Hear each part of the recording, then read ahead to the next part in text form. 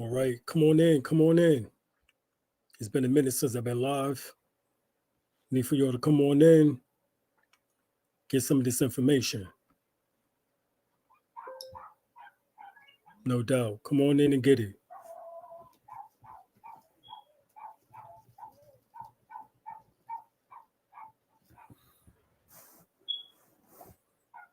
No doubt. Yo, peace, guy. Brother Rashid. Can you hear me? Someone press a 1. Can you hear me?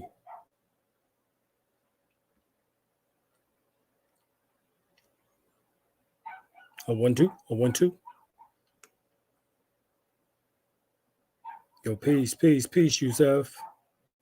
Peace, love.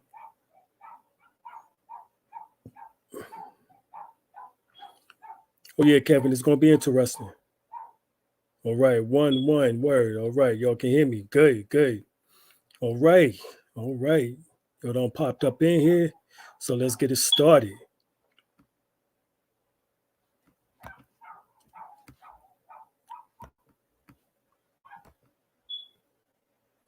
All right, Quetzalcoatl, who is known as Enoch in your Bible, who's known within your angelic script or the book or the dictionary of angels as Metatron, who is known in ancient Kemet or Temeri, ancient Egypt as Tahuti, the Atlantean. You might want to check that information out because I won't get into it right here. Who's known in the Sumerian text as Enki, the Jesus of the Olmec-AMERicas. So the Jesus or the YAH-SHU-WEH, all right, of the Olmecs, of the Americas. Let's get into it. Get these 2 books. America is the True Old World, Mu Discovered. America is the True Old World, Volume 2, The Promised Land. Both were written by Amun-Hotep, Chavez, or Chavez El-Bey. Now, I suppose they've written these 2 books along with the brother. He's one of my students, master students. He's supposed to have, I'll have him on soon so he can talk about the information. But we wanted to definitely show that we have books or have books that has been written on this subject matter. But I go a little bit more in depth on this one, on this particular topic, because it's necessary. Now, if you don't know who Ramesses III is, I suggest that you go and do your research. That is Ursur Mayat Ra Meriamun Ramesses III. That was his title or name. He was the second pharaoh of the 12th or the 20th, dynastic period in ancient Egypt. All right. He reigned from March 26, 1186 to April the 15th, 1155 BC. Now, there's a known fact that the Olmecs correlate to this time period. And he's considered to be the last great monarch of the new kingdom. All right. And excuse the background noise, my little puppy, yo. But he was able to save Egypt from collapse at the time when many empires or many other empires fell during the last Bronze Age. Now, what was his haplogroup? It was E1B1A. As you see here, the royal DNA, E1B1A, and ancient Egypt, you can see here at the bottom, E1B1A, Ramesses III. Ramesses III. All right, and it goes further back, as you can see, to 1217 BC through 1155 BC. All right, the time in which that he was born or conceived. Now, get this book, Ramesses III, Why is this book important? Because it tells you in the second portion, father of ancient America. So many believe that Thomas Jefferson, John Adams, George Washington, that they were the fathers of America. No. Father of the United States may be, but not the father of ancient America, not the father of America. Now you get YAH-SHU-WEH. He wrote, all right, in a bold attempt to rescue and restore American history to its rightful place. All right. YAH-SHU-WEH, he was the world's leading authority. We talking about scholarship now, not your opinions. All right. We know opinions are like assholes. Everyone got one. Keep yours to yourself. We talking about the world's leading authority on cross-cultural Egypto-American civilizations. In other words, the Egyptians was here in the Americas. This is a proven fact. We have 18 temples in the Grand Canyon to prove it. Reconstructs the realization of Ramesses III, which defined an earthly paradise. This eventually led him to the Americas. In this detailed, comprehensive text, the author demonstrates that through the use of 134 illustrations and religious, all right, religious. Now we're going to get into the religious aspect in a second. Artistic, mythological, we get into the mythological aspect in a second. And other cultural correspondence, the predecessors of ancient Egypt influence on the formation or the formative development of Mexico and on the United States. In other words, on the Americas, in Pacific North America. The evidence is convincing. Yes, it is. The ideas cogently presents and argue, which leaves no stone unturned. This is why you need to get this book. There's no stone unturned when you read it. It will explain to you. So YAH-SHU-WEH was the foremost scholar alive. All right, they said alive today, but he was foremost scholar alive on the Mesoamerican civilization.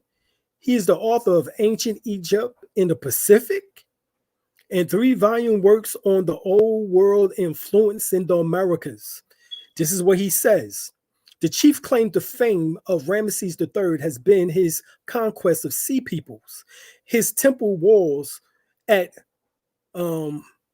Medina Habu depicts the naval battle, the first such pictured monumentally. If Egypt had fallen, then the combined Mediterranean power, its history might have been very different. But again, had he not set his expedition to the far west of the world, the transformation of Mesoamerica would not have come about and taken the turn that it did. In other words, the pyramids, the mounds in which that has been built would not have come about. So we're talking about Egyptian, Kemetic, Temerian, Nubian. All right. So Temerian and Tenesian formation of North America, the civilization that is. Even though there was already Black people here for hundreds and thousands, even millions of years prior to these Egyptian Nubians coming here, or Temerian, Tenesian people coming here. We also are talking about the Atlantean people, which I get into that in a second. When stock is taken of the achievements of the pharaohs, Ramesses III will have to be accorded, all right, accorded the double distinction, savior of Egypt and father of Olmec, Mexico. So the Olmecs were Egyptian Nubians. Now, I did a past video showing an archaeologist, our tour guide in Mexico, back 2013, so 10 years ago. He told us that the Mayans, because he was a Mayan and an archaeologist, and he said we did not build the pyramids. He said the Egyptian Nubians built the pyramids. So the pyramids that we was looking at, Chichen Itza, Kabul, Tulum, etc. We built those pyramids in Mexico, down into Peru, on up into further into the interior of North America, the mounds, Cahokia mounds, etc. We built those mounds. We built those pyramids, those temples. A Mayan, Jesus, he told us this. Jesus told us this. Get this book, What They Never Told You in History Class, by Indo-Kemet Kush. It says the first Americans were black. And if you didn't know, now you know. The scholarly Latin author C.C. McQuees explains the strong possibility that black people were the first people in Americas, out of which later came the red so-called American race. In other words, the so-called Indians came later. So they're not the oldest. We are the oldest. We are the first people of the Americas. And our DNA proves it. We're not only the first people of the Americas, we are the first civilization of the Americas. We are the architecture, the architects of America, infrastructure, the temples, the pyramids. It is likely that we repeat the long ago, the useful America was also a Negro continent, and that the Otomis of Mexico, the Coracos of Haiti, the Matayas of Brazil, and the Albinos of Panama are the remains of the Aboriginal Negro race, out of which developed later what is known as the Red or Indian race, American race. And this is from the book, Volume 1, The Studies, Archaeology, and the Ethnography, all right, of Mexico, all right, written 1920, all right, 1920 by C.C. McQuees, who was a Latin author, all right. Professor Alexander von Woutenhout, his book, Unexpected Faces in Ancient America, as how black people were present in America in the most ancient or pre-classical times. The startling fact is that in all parts of Mexico, archaeological pieces representing Negro and Negroid people have been found, especially in archaic and pre-classic sites. The presence of Negroes with their trading masters in America before Columbus, said Professor Leo Weiner, is proven by the representation of Negroes in America's sculptures and design, but most specifically by Columbus' emphatic references to Negro traders from Guinea who traffic in gold alloy, Guinea, of precisely the same composition and bearing the same name as frequently represented to by early writers in Africa and the Discovery of America. Get that book. See, I'm giving you scholarship. This is scholarship, not opinions. This is why I went to doing, went from Blog Talk Radio, from talking to doing PowerPoint presentations on YouTube and elsewhere. All right. And nobody was doing PowerPoint presentations. Everyone who started doing PowerPoint presentations, which I already said in the beginning, they would copy after me in doing PowerPoint presentations, because I come with the facts. I come with scholarship, books, authors, years. All right. This is what I come with. And so in this regard, the testimony of Nicholas Leon proves instructive on how ancient the African presence was in America. In fact, he says that the black people were the original people of Mexico. I'm going to say that again. In fact, he said the black people were the original people of Mexico. So not only were you the original people of Mexico is part of North America, is it not? So therefore, that means you was the first people in North America. You get it? You was here before the so-called Indians, who refer to themselves as Native Americans, who claim that they are the first people. They're not. And this is just the truth of the matter. They want to take it up with the historians in which that I've just gave mention of in the books that I gave mention of. Debate them. Because you can't debate me. You can't. I'm a master at this shit. The almost extinction of the original Negroes during the time of the Spanish conquest and the memories of them in the most ancient traditions induce us to believe that the Negroes were the first inhabitants of Mexico. This is The General History of Mexico, written in 1919 by Nicholas Leon. You can also see the works of J. Rogers, Volume 1, Volume 2. Nature Knows No Color Line. And there's also Volume 3, too, of Sex and Race. But if you really want to just knock it out, get at least Volume 1. It's a 3-volume series, but Volume 1 kills it. All right? Riva Placio, a Mexican scholar now, stressed that point, that is indisputable that in very ancient times, the Negro race occupied our territory, Mexico. So it's indisputable. They can't debate it. So why are Native Americans trying to debate us on who the fuck was here first? When their own historians, if they ever went to them, the old heads, they would tell you, yeah, we came from the black people. The Mexicans recall a Negro god, all right, Ixtlaton, which means black face. Then you have Colonel Bognai say that he saw in a collection in Ecuador a statue or statuette of a Negro that was at least 20,000 years old.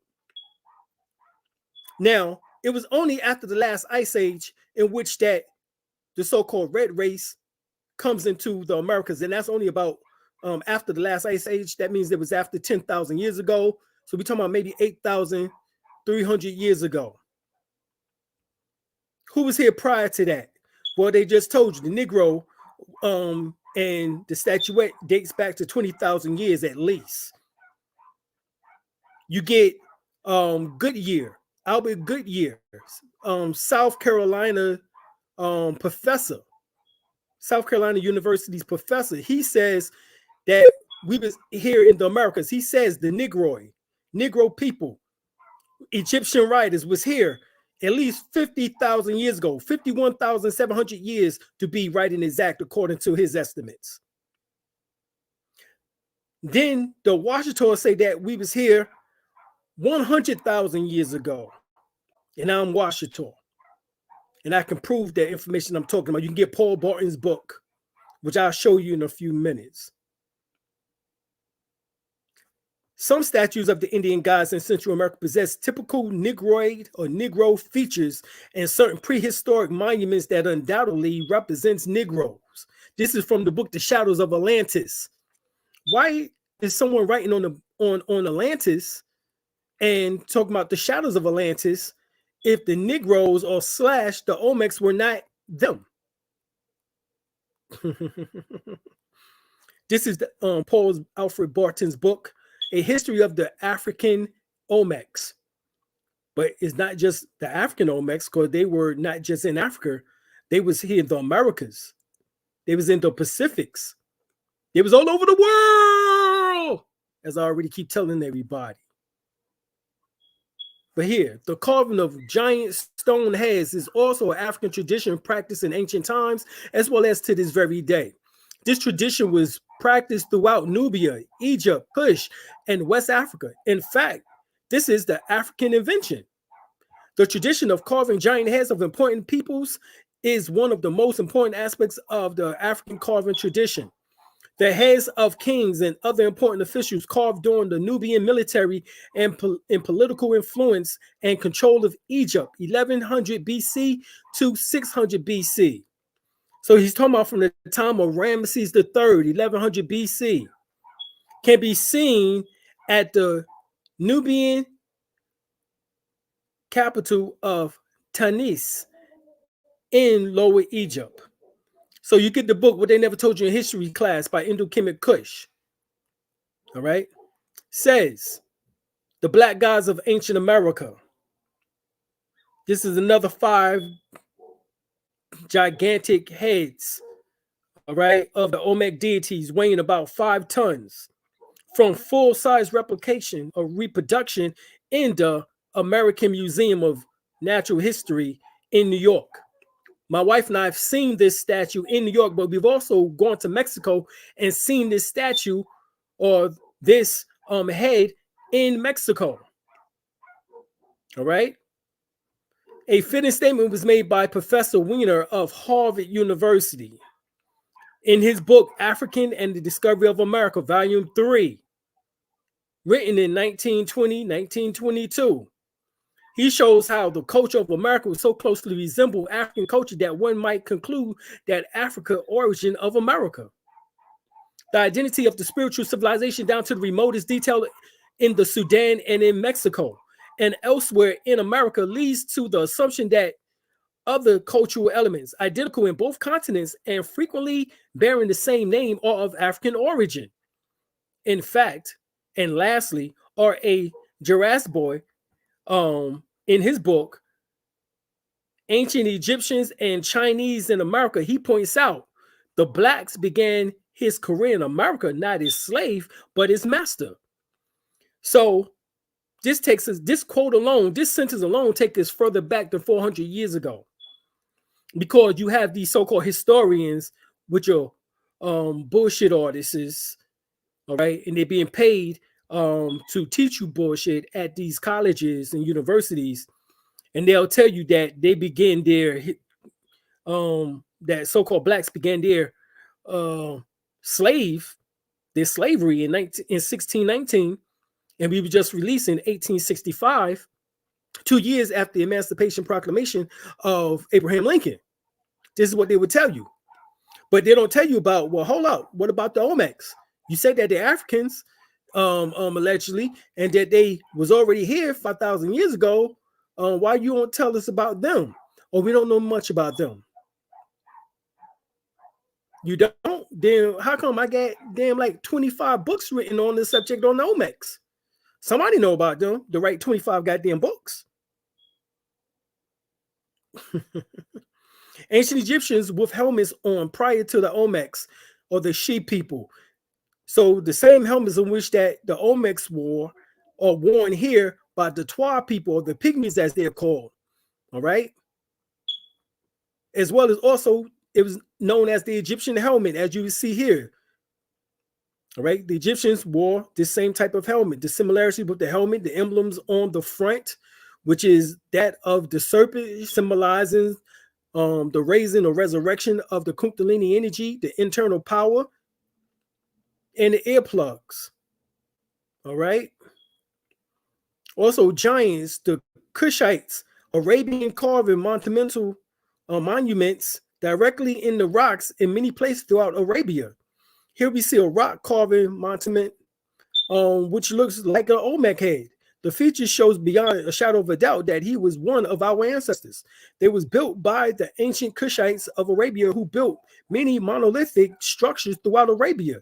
And not just throughout Arabia, throughout Africa, throughout North, South, and Central America and the adjoining islands, throughout the world. All right, the pyramids on the Xi'an and what is known in China in the Xi'an province, or the Xi'an province, or Shang province, all right, after Shango, was built by these same people. It's the beginning to become clear that the Kush that begat Nimrod was the Kush located in Arabia. All right, so here, ambiguous amongst the Olmecs or Afrocoid types. Nowhere but in Egypt at the time were Levantines and Black Africans intermingled. Now, who are the Levantines? Levantines are those who are in the original people, the E1B1As, the so-called Hebrews, the Israelites, that was in what is now referred to as on the other side of Mount Sinai. All right, this is your biblical story of Israel and Jordan and so forth and so on in that area. All right, if you didn't know, Mount Sinai is in Egypt. All right, on the other side of Mount Sinai is what is called Israel. Right, that's the promised land. This is where Moses went up on the mountain. Remember, he supposedly got the 10 Commandments from on Mount Sinai. No, actually, he was already learned in the ways of the ancient Egyptians, as in the book of Acts tells you that he was learned in all the ways of the ancient Egyptians. Hell, he was even called the Prince of Egypt, if you remember the cartoon, the movie. All right. So the classic Olmec heads clearly represents Africans. This is one of over a dozen so far excavated. Matter of fact, there's been 22. All of them have broad nose and thick fleshy lips, quite unlike the native Indians. Examination of Olmec skulls by a Polish anthropologist has independently detected a strong alphacoid element, proof that there are not just Africans, but blacks from Egypt. These are ancient Egyptians, y'all. As Jesus already told us this, is that nowhere else at the time were African heads. Here it is. Or Ramessid, Nubian heads from Tanzania. Now, who are Ramessid? This is Ramesses III, which was the port from which expeditions were sent on the Mediterranean. The resemblance extended to the incise parallel lines of the leather helmet. The other undoubtedly stamps of Egypt is that nowhere else at the times were colossal sculptures being carved and transported miles from their quarries. Here they were brought 50 miles through, some of them weigh as much as 40 tons. So we're talking about 5 to 40 ton heads. The powerful poetry testified that there were persons in authority. These were kings. All right. They were under the king, or they was under the pharaohs. They was governors of a Pacific district of ancient Egypt under the pharaoh. The techniques of monumental stone carvings did not exist in Mexico before Olmec's advent. I now think that some among the Nubian crew may have been ship captains. All right. Remember that. Ship captains, that the leaders of Hatshepsut's punt expedition was called Nahasi, the Nubians. We know also that on Ramesses III punt expedition were ship captains, inspectors, and petty officers. To conclude, with the aid of text and comprehensive or comparative evidence from both sides, I have been able to surmise who were some of the people that took part in the great voyage to the west. They included Egyptian priests, Nubians, and Levantins. Now, the Levantins are the Hebrews. They are the Israelites. They possess E1B1A. The Egyptian priests, the Nubians, they possess E1B1B. It was Hamitic. So this was a family, Hebrews, of the family of the Hebrews. This was a connection between the Hebrews and the Hebrew Israelites. Or in particular, the Hamites, the Shemites. All right. The sons of Noah, as they were called. If you want to use the biblical explanation of this, get the book, America's First Civilization by Michael Cole. Now he shows you the head. Who are the Olmecs? The mother culture. Many historians consider the Olmec civilization the mother culture of Mesoamerica. The mother culture is a way of life that strongly influences later cultures. The Olmec Empire led to the development of other civilizations, such as the Maya and the Aztec, the Incas, the Toltec, etc. So it was the Olmec Empire that led to the development of other civilizations. All right. This is why Jesus, the Mayan archaeologist, says that we built the pyramids All right, we built the mounds. We built the infrastructure of North America, Central and South America, the adjoining islands. We did that. Get Oriental Masonry, or the Ancient Mystic Oriental Masonry by Charles Vale. This is what he says in the book. He says here, America, known as the mystics as Atlantis. So America was known to the mystics as Atlantis? America was known as the mystics as Atlantis. Wow. Let's go over here to the left. I'm going to read some of this. And it says, we are not indebted to either ancient Egypt for either religion or masonry, but to America. Why to America? Because the ancients refer to America, the mystics refer to America as Atlantis. Because it was the Atlanteans who went into Egypt and built the pyramids on the Giza Plateau. From here, from in the Americas. It is a fact that at Memphis, Egypt, in the pyramids under the guidance of the kings, the mystic rites of masonry was worked many thousands of years ago. But at that time, Egypt and the continent of America was one and the same. One and the same. So Atlantis and Egypt was one and the same. Because this is why you have Tahuti in Atlantis, America, and you have Tahuti in Egypt, Africa. Then it goes, let's read in red. From what people soever America descended, or in whatever manner that the vast continent was originally furnished with human beings, it is certain that the first inhabitants brought with them a system of mysteries. Well, who's the first? Oh, here it is. America's First Civilization by Michael Cole. You. Who's the first? Oh, here they are, the Black Gods of Ancient America. Okay, who's the first? Oh, here they are. The first Americans were blacks. Okay, so now you know who the first were according to Ancient Mystic Oriental Masonry by Charles Vale. It says here, right? It is certain that is the first inhabitants brought with them a certain that a system of mysteries. They brought with them a system of mysteries. All right, we refer to it as religion. All right, so they brought with them the ancient mystery school system. Why? Because these were, oh, here it is, Egyptian priests, Nubians, Levantines. So they brought with them the Egyptian priesthood teachings, which is the ancient mystery school, and they brought with them the Hebrew Israelite teachings as well. Oh, okay, we'll continue on. And you come to find out that Hebrew, Arabic, Phoenician is nothing more than from the Meroitic script, and from the Demotic script of ancient Egypt, of hieroglyphics, or the Medu Neter. They are derived from that. This is a proven fact. So here, it says,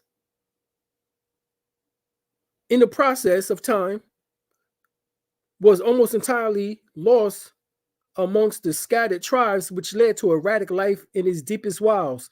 Yet, all right, many of the truths of which it was founded were preserved in a deteriorated form. And that's what you have. You have a deteriorated form of the ancient mysteries called religion, called indoctrination, by the two great nations that had planted themselves on each side of the isthmus of the Panama, the isthmus of the Panama. We come down with no one to explain the origin when Egypt's civilization begun. All right. So no one can explain when Egypt's civilization begun. We know that it supposedly took about 4,000 years ago when the pyramids allegedly was built. But yet the Sphinx on the Giza Plateau dates back to 39,000. Some even say as far as back to 90,000 years ago. So we know about the Olmecs, but according to Google, If you go to aaaanativesarts.com/ancient-indians/Olmecs.htm, these Egyptians, these Nubians now become Indians. Wow, look how they conveniently changed that. All of a sudden, these Egyptian Nubians that we just proved were already here, had the first civilization. They were the first in the Americas. All of a sudden, they now become Indians. They're called the Olmec Indians, ancient Indian civilizations. The Indians now want to take the civilization from you. And this is why you're not recognized as the descendants of the Olmecs, yet you are the descendants of the Olmecs here in the Americas, in Atlantis. You are the Atlanteans. You are the Olmecs. All right? I'm going to keep proving this. You are the mound builders. You are the ancient ones. Here it is. Let's read. The Olmec Indians are regarded as the mother culture of the late Middle American civilization. The Olmec Indians were a culture of ancient people who lived about 1300 to 4000 BC, 400 BC in the eastern Mexico lower land, Tabasco, San Lorenzo. All right. So Tabasco, San Lorenzo, and La Venta. These were the three areas, even on into Cancun. All right, Cancun. If you go to Cancun, if you walk down the main strip, the main highway in Cancun, you would see the Olmec head, the replica or a replica of the Olmec head, of this very same Olmec head right here. You would see in the middle of the street, this in the middle of the street, this in the middle of the street. Okay? This head is in the middle of the street in Mexico, in Cancun. So just don't go to party. Go and do some research when you go to Cancun. Because right outside of Cancun is Tulum, Cobol, Chichen Itza, and those pyramids that are around in that area. All right? So some researchers say that they descended from Asia, which some of them did. They are the same Xi'an people, Shang people, or the Nigerians who acknowledge Shango, which become Thor in the Norse lore. All right. Others say that they were from Africa, which they were also. They was there too. They were the Egyptian Nubians, as I just broke down. All right. They are also the Nigerians, the Niger, the Nagu, the Naga, in which that went into China and built the pyramids there. All right. Now, we know this to be true. We know this to be true. All right. So you get the book Atlantis. Atlantis. Get the book The Atlantis by Ignatius Dagnelli. This is what he says. Atlantis was the source of civilization in Egypt, South America, Mexico, Europe, and North America. God damn, that's everywhere. He didn't say Asia though, but I just, because these same people went into Asia and built the Xi'an pyramids there.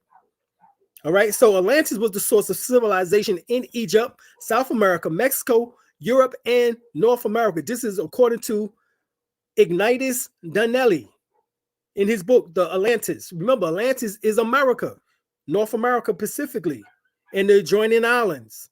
All right, if you go to the Bahamas right now, you go to Freeport, and you will see in Freeport, you will see a fence around a water hole. And it is said that the mermaids come up into the water hole. All right. I didn't write this shit. You go and you see the legends, you see the myth, and you go and see the evidence of the ancient people, the indigenous people in those lands. And they would tell you this. So here, New Atlantis. This is written by New Atlantis.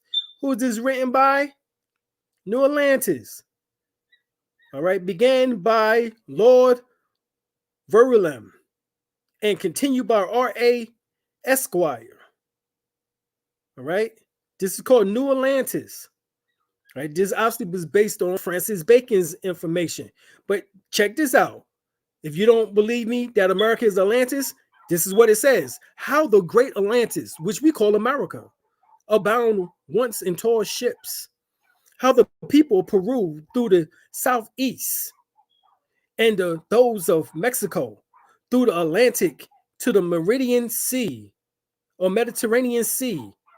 All right. So right there is telling you, all right, those of Mexico. Who are those of Mexico? Okay, let's go back. You might have forgotten already. The ancient Olmec Indians, who is known as the first American civilization. All right, you might have forgot already. Here they are. Here they are. Here they are. Here they are. Here they are. All right, just in case if you forget. All right, let's put these pieces of this puzzle together. So, once again, who started this expedition? Well, this was started by, once again, Ramesses III. Right here. Ramesses III, father of ancient America. Who was he? He was the savior of Egypt and father of Olmec, Mexico. He was the father of Olmec, Mexico. So he was, if you want to give someone credit for being a father, all right, that's our father. All right, the so-called blacks or Moors here in the Americas. Our father, our founding father, our ancient American founding father is Ramesses III. All right. Proof of this, you go and do a DNA test. I know some of you Negroes are weary about DNA tests. I'm not. All right. I found out so much information during these tests that there's no denying this shit now. So we go to the royalty breakdown. This is what it says, royalty breakdown. Ancient Egypt, 96.1%. So I'm 96.1% related to Ramesses III. Egyptians were black. However, DNA analysis of Ramesses III reveals his DNA markers as E1B1A, sub-Saharan African. At least it is said to be sub-Saharan African. There is a mistake in which that is taking place because the early Americans also had D haplogroup. And from D haplogroup came E1B or E1 or E1B or E1B1A later on from the people who was already here in the Americas, not just in Africa. All right. And when they took some of our people from here in the Americas into Africa, we also created what was known as the Bantu. All right. The Bantu people. All right. They was the Bantu people. Also, the Bantu people ran through Africa, all the way from the Middle East, as is now called, based on the Berlin Conference, through the Gaza Strip of Israel down into the Giza Plateau or the Delta of Egypt, down into all the way into South Africa. You find these same genetic markers. So E1B1A can be found in African American population today at about 60% frequency, 80% frequency all over in West Central Africa population. It says new research continues to emerge, providing more proof that ancient Egyptian history is in fact ancient Black history, therefore proving our hidden greatness. However, because they refute the myth of white supremacy and their vicious lies that the building of pyramids and great civilization was beyond the ability of we Africans, these emerging evidence are being intentionally suppressed from circulation. It's therefore our duty to seek out the new information and spread them ourselves. That's what I'm doing. So here it is. My Y DNA matches E1B1A. You come down, you see subclan distance, 0. That means there is 0. That means it is almost like a straight lineage between Ramesses III from the 20th dynastic period to me right here and now to you. And it says right here, ancient Egypt, ancestry seat, the Valley of the Kings. Ramses III, 1217 BC to 1155 BC.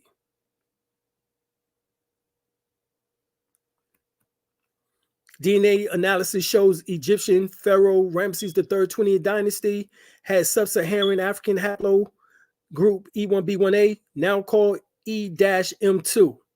Once again, what they refer to as sub-Saharan African is also American. All right? Because they tell you that the Olmecs had D haplogroup. E haplogroup is descended from D haplogroup. Okay? Now, this is a gene haplogroup table for all Europeans. And if you look, you will see that they do not possess E1B1A. They possess L1, all right? They possess R1, possess R1B, R1A, G, 2A, E1B1B, Q, N1, C1, etc., etc. They possess these haplogroups, but they do not possess E1B1A. So notice Albion Europeans do not possess the E1B1A haplogroup. We're talking about on as a whole. So according to scriptures and true histories, they're backed up scientifically through DNA. Y-DNA haplogroup E1B1A was found and confirmed to be the only haplogroup that is not racially shared. So they share all the other haplogroups, but they don't share at large E1B1A. We now know that some people who identify as primarily white actually have some black ancestry, approximately 3 to 4%. So they might themselves have E1B1A. In other words, they're your lost cousins.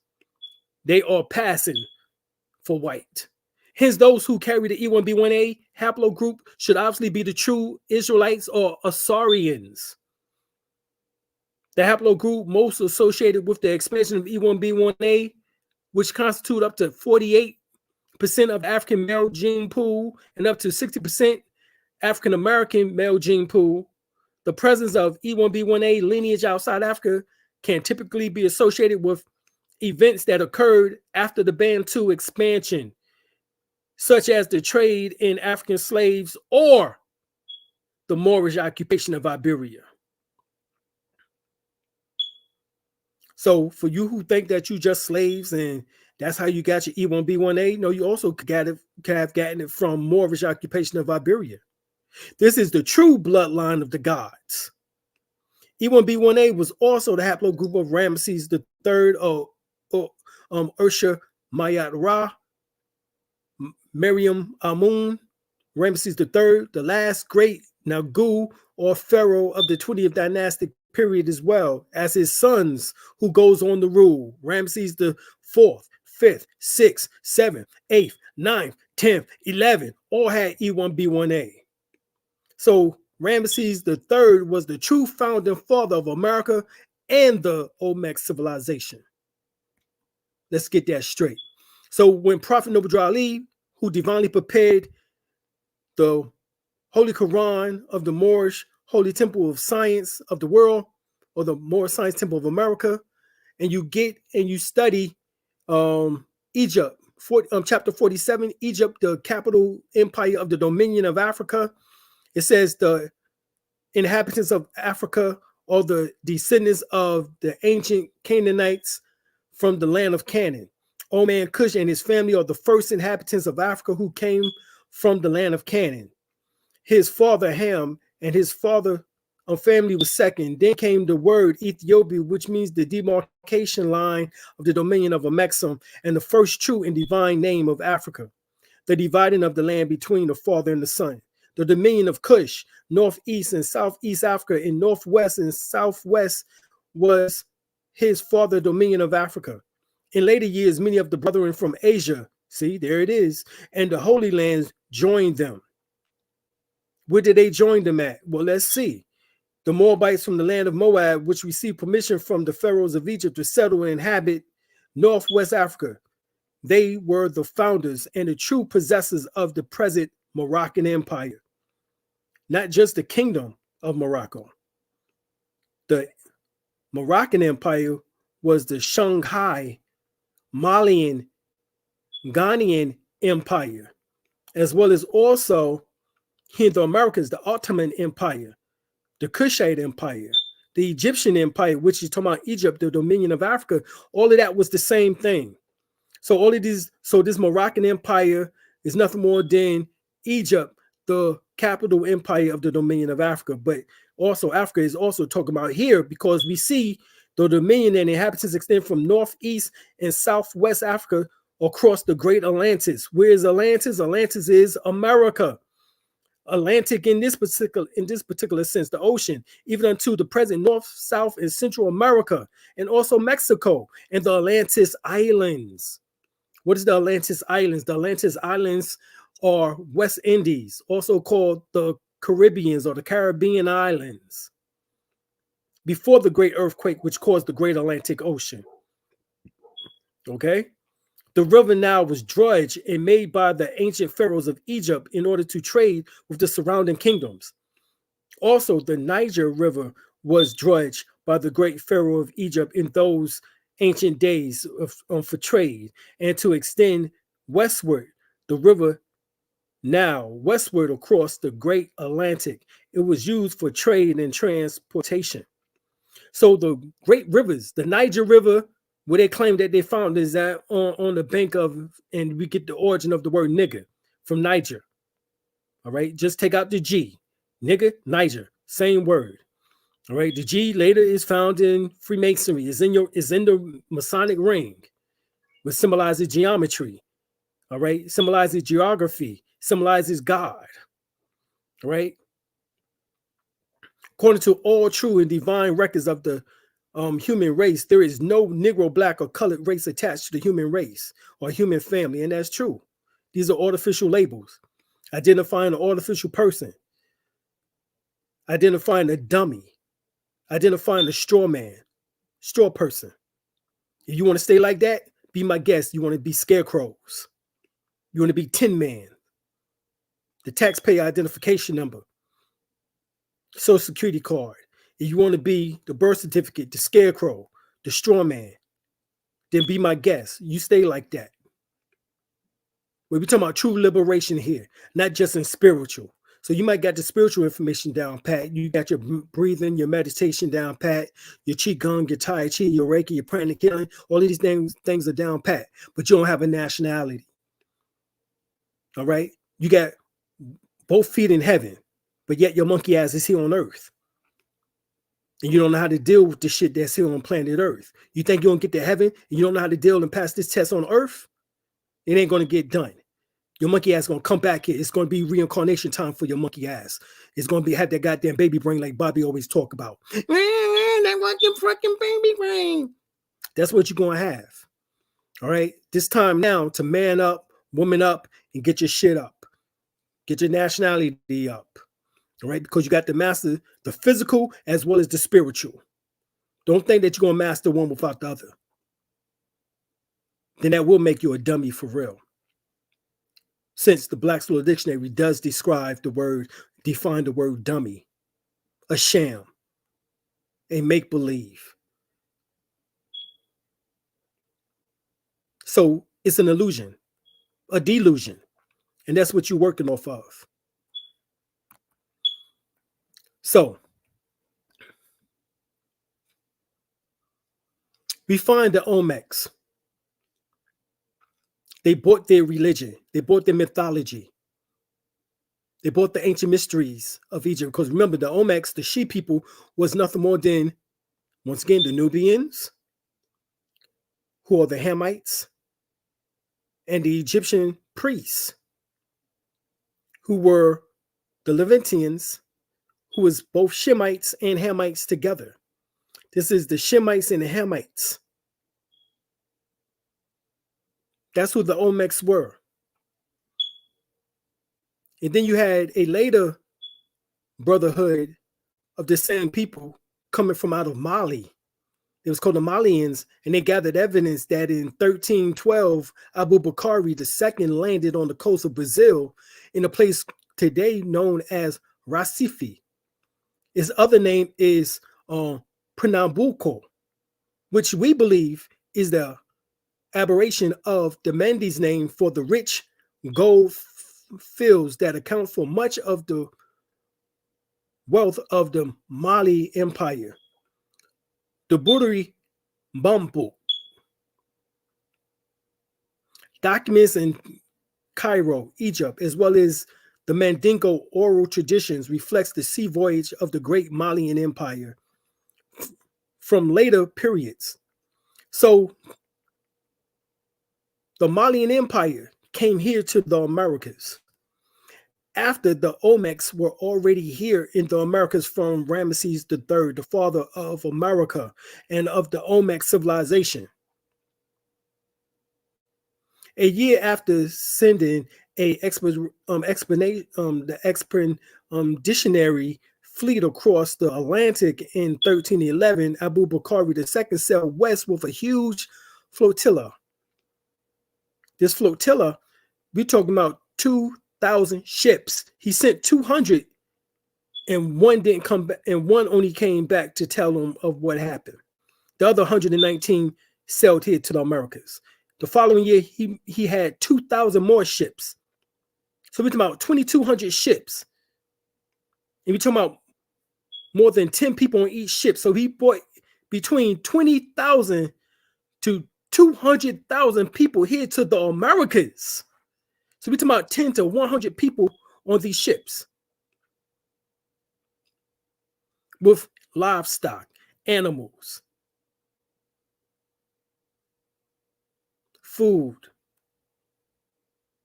Neither of the two Mandingo fleets came back to Mali to tell their story, explained Ivan von Sertima, who wrote They Came Before Columbus. But around the same time, evidence of contact between West Africans and Mexicans appeared in the strata in America in an overwhelming combination of artifacts and cultural parallels. Now, that's later on, because this is 1311, 1312, 1313 AD. We're talking about 1313 or 1311 BC. 1,000 years before Abu Bakr, the Olmecs was already here. They suggest that the Aztecs, so this is still 200 years before Christopher, this is almost 192 years, almost 200 years before Christopher Columbus sailed the ocean blue in 1492. That we was already here. The Malian Empire was already here as well. So the Olmecs was already here. The Malian Empire was already here. Now Abu Bakr is the brother too, who everybody want to say the richest man in the world was Mansa Musa. But hold up, before Mansa Musa got the throne, his brother ran the throne, and that was King Abu Bakr II. Mansa Abu Bakr II.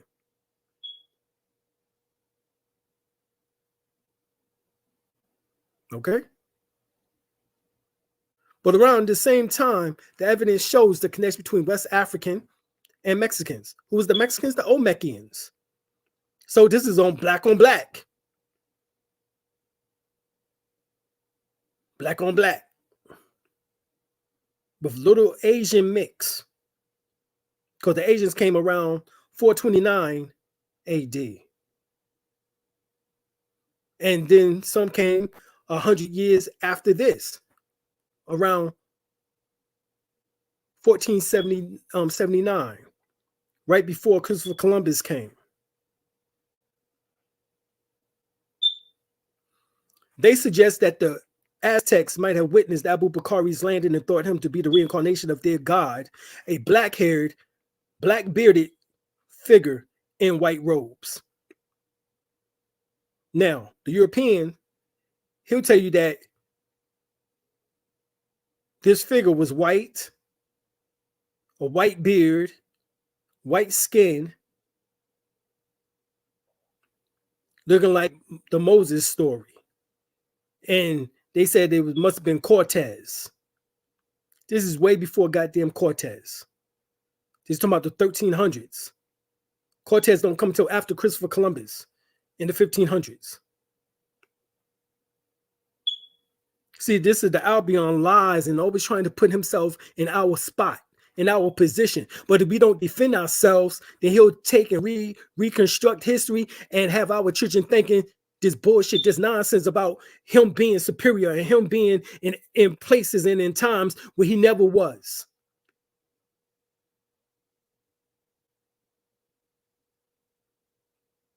Van Sertima, one of the representations of Quetzalcoatl, modeled on a wet, dark-skinned outsider, represents and painted in the Valley of Mexico. While the Aztecs began to worship a Negroid figure mistaken for their god, Tezcatlipoca. Okay.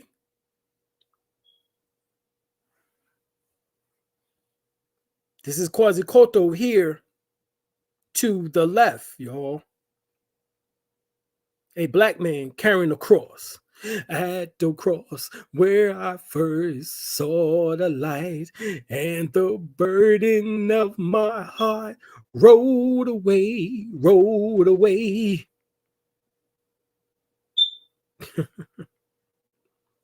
Don't act like your ass been out of Christianity that long that you don't forget that song.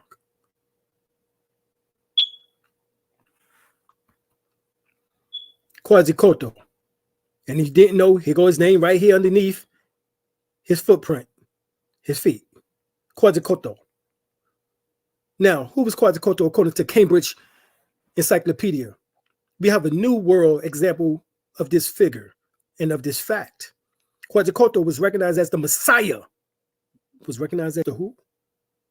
Quetzalcoatl was recognized as the Messiah. Oh, hold up. Quetzalcoatl was recognized as who? The Messiah by seers and Astora. His hair was rayed. In other words, afro. His complexion was black, dark skin. His hair was woolly. He performed numerous miracles. Wow. He fasted 40 days. Wow. He was tempted by the evil one. Wow. He resisted and was prosecuted and eventually crucified on the vernal equinox. What's the vernal equinox? The vernal equinox is fall, if I'm not mistaken. The fall of man. Here we have in the book Signs and Symbols Primordial Man, written by who? Albert Churchward. This is what he says. Here Quetzalcoatl again.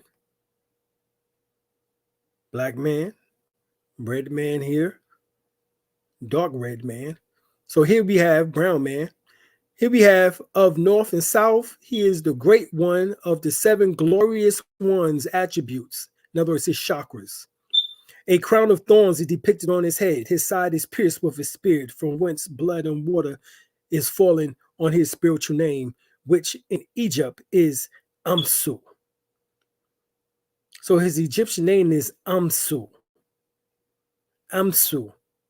Amsu is Amen-Shu. Shu, as in YAH-SHU-WEH.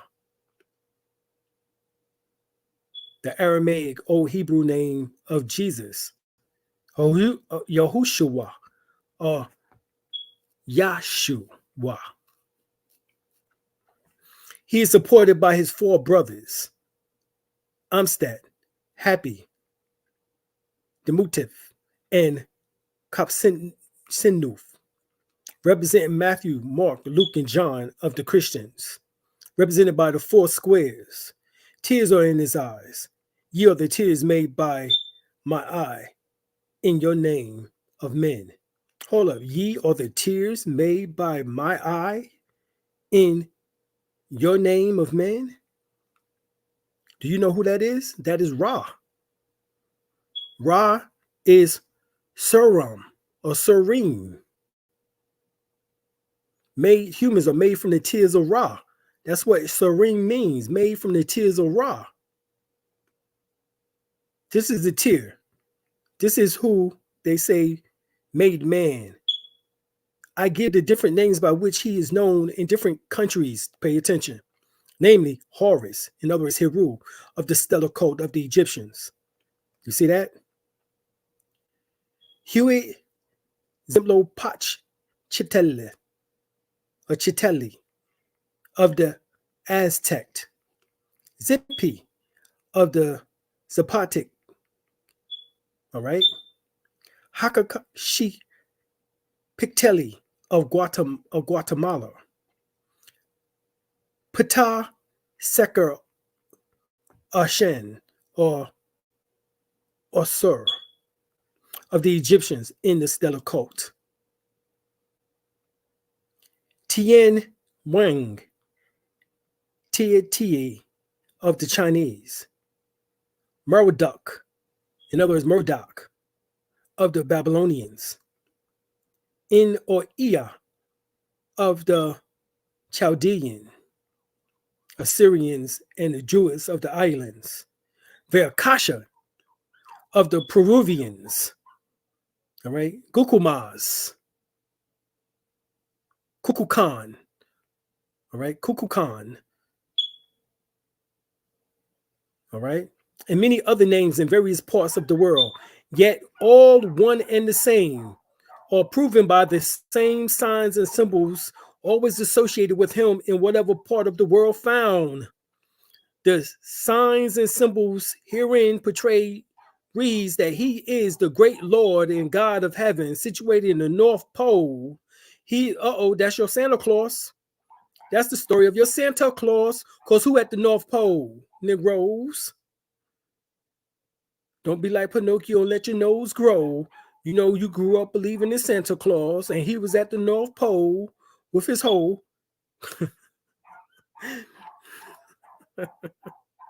He is God of the polar stars and the God of the north and south and the heavens and paradise.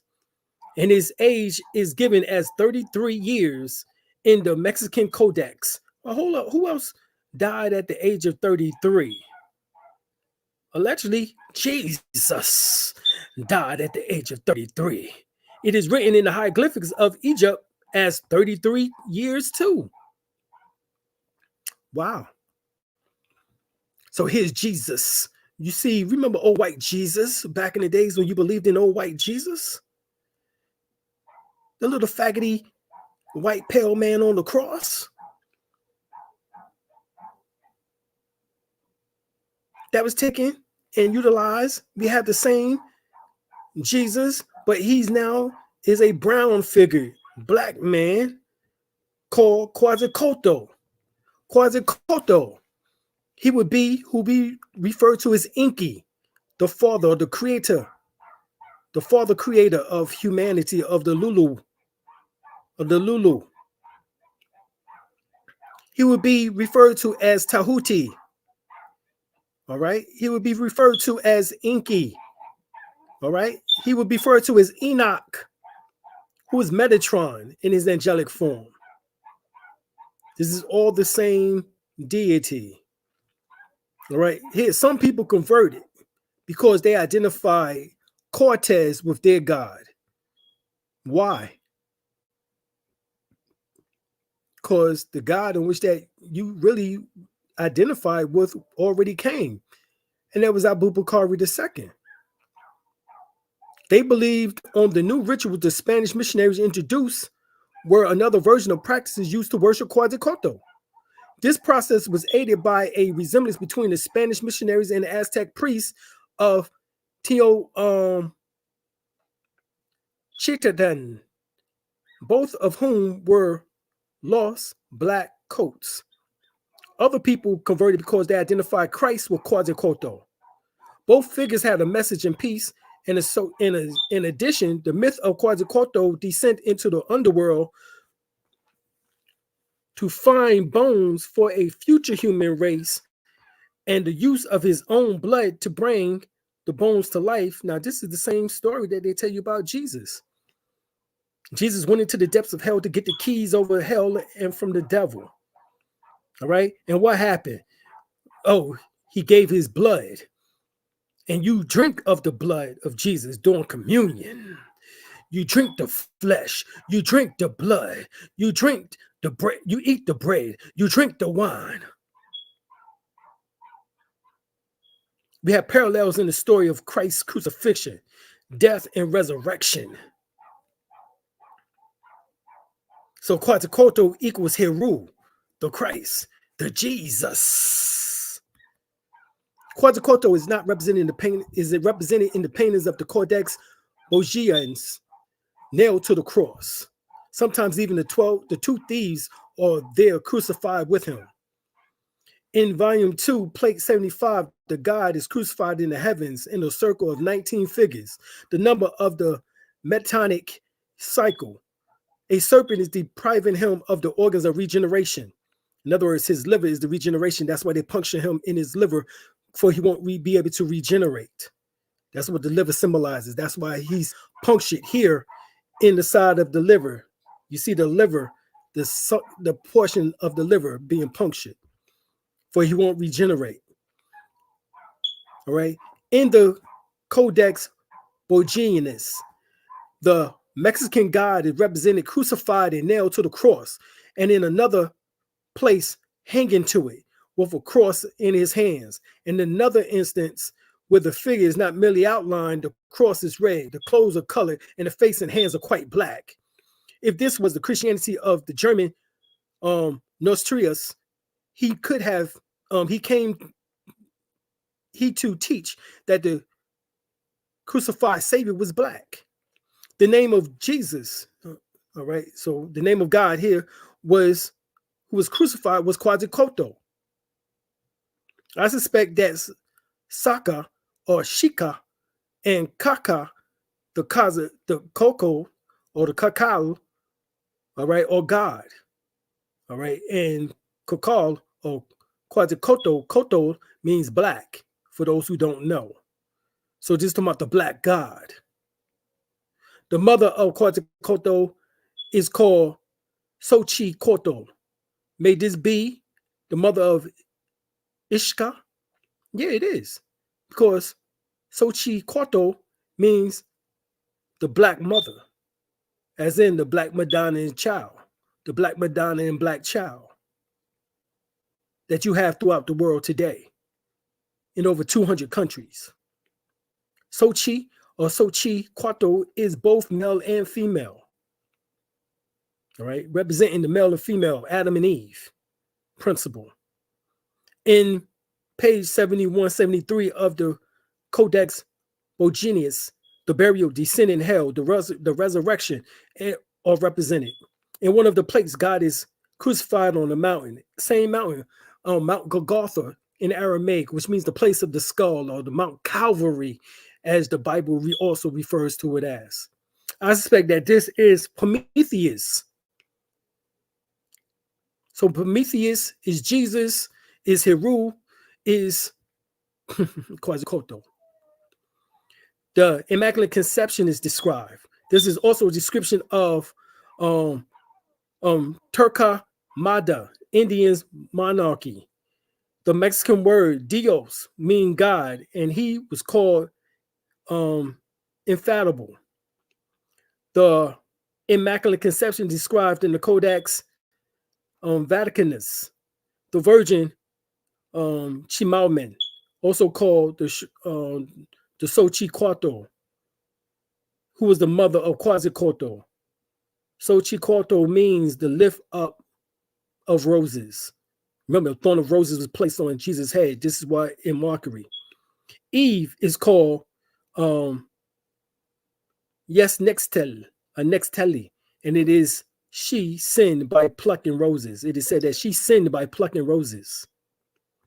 All right, so here we have the picture of because we are the descendants of the Olmecs. We are the descendants of the Olmecs, direct descendants of the Olmecs.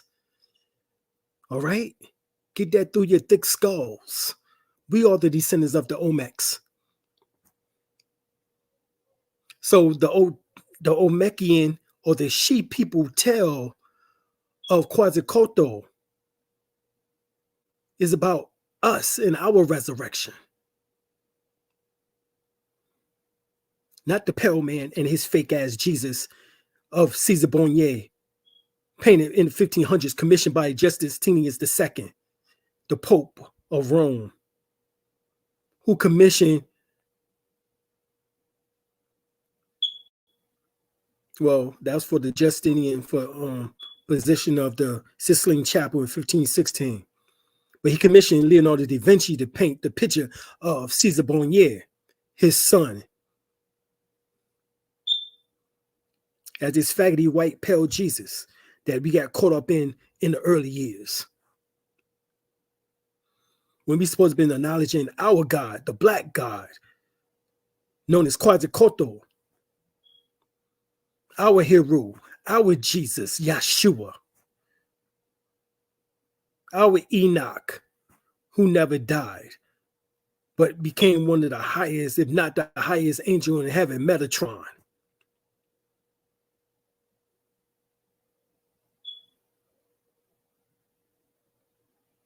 The Christ, Marduk, in the Sumerian tales, Tammuz. All of this is all connected. Here, 300 BC till 250 AD, the Mayan created, no, they didn't create anything. The calendar came from the Olmecs. So when we talk about the Olmecs, when you talk about the Mayans, really remember that it's talking about the Olmecs. The Mayan, the Olmec Mayans created the calendar 6 years before the birth of Christ, a calendar that marked the end of the world prediction. If you ever watch the History Channel, you may be familiar with the Olmec Mayan prophecy. This program shows how the ancient people decoded the past. Latter-day Saints movement believed that Quetzalcoatl was the historical Jesus Christ. And who are the Latter-day Saints? The Mormons, the Moor man. We broke this down in another video, that the Mormons took their name from the Moor man, the Moors. All right? Another theft of identity and nationality. The Jews took your nationality. The Native Americans, fake $5 Indians took your native, indigenous, aboriginal heritage here in the Americas. The Egyptian, these Arab fake ass Arabs in the Giza Plateau, on the Giza Strip into Israel. These fake Jews, these fake Arabs, Palestinians, everyone, they took your heritage. Neither one is supposed to be there in that area. That was once Africa. They drove us out of that area. They practiced genocides. They practiced ethnic cleansing. So here, believe that the name and the details of the events were gradually lost over time. Yeah, you lost your Jesus, Quetzalcoatl, who was the historical Jesus. Quetzalcoatl is not a religious symbol in the Latter-day Saint faith, and is not taught as such, nor is it in their doctrine that Quetzalcoatl is Jesus. However, he is, based on everything in which that I just showed you. However, one president of the Church of Jesus Christ of the Latter-day Saints, John Taylor, wrote, the story of the life of the Mexican deity Quetzalcoatl closely resembled that of the Savior, so closely indeed that we can come to no other conclusion that Quetzalcoatl and Christ are the same being. I'm going to say that again. I know some of you Negroes aren't Moors, don't understand Moorish science, you know, don't know Moor men teachings.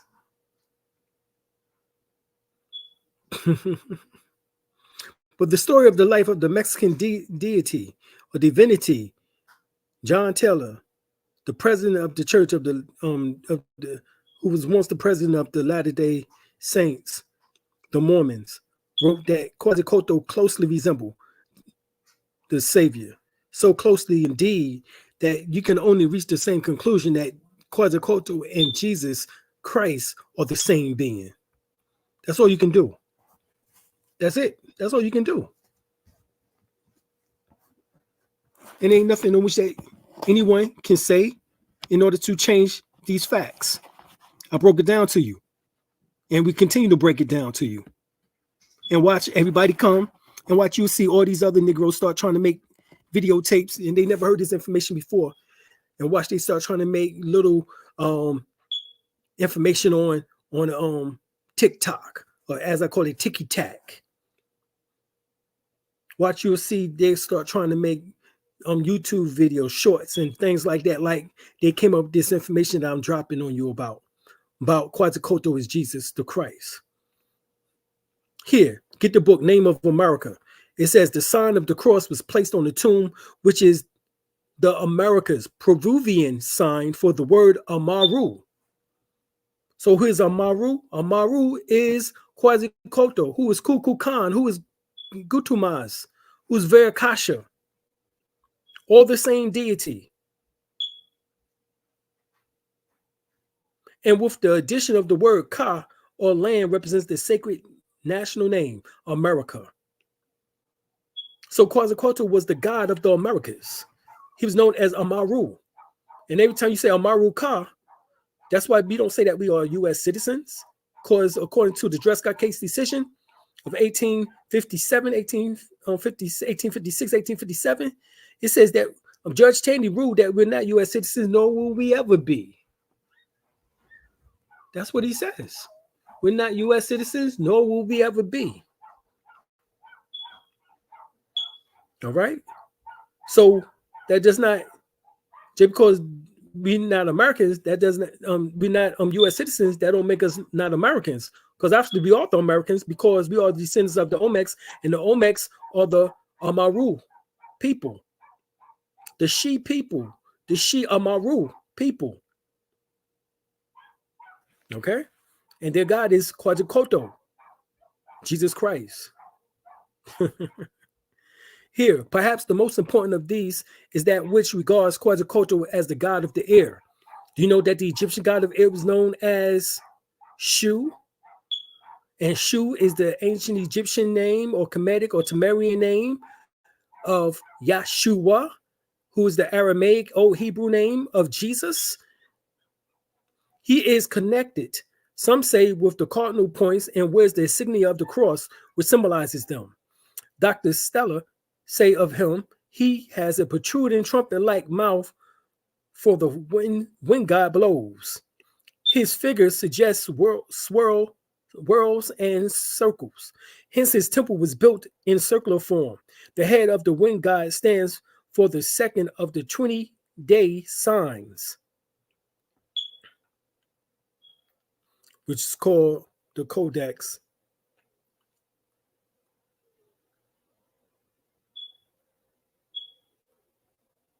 And you see a black man holding the serpent. This is now Officius, the 13th zodiac sign that have come in between Scorpio and Sagittarius is called Officius, or what is known as Imhotep. Imhotep was known as the first Messiah of the third dynastic period. And this Messiah, it says that he was also in the sky as Officius, or Ophiuchus, which is the serpent wrestler.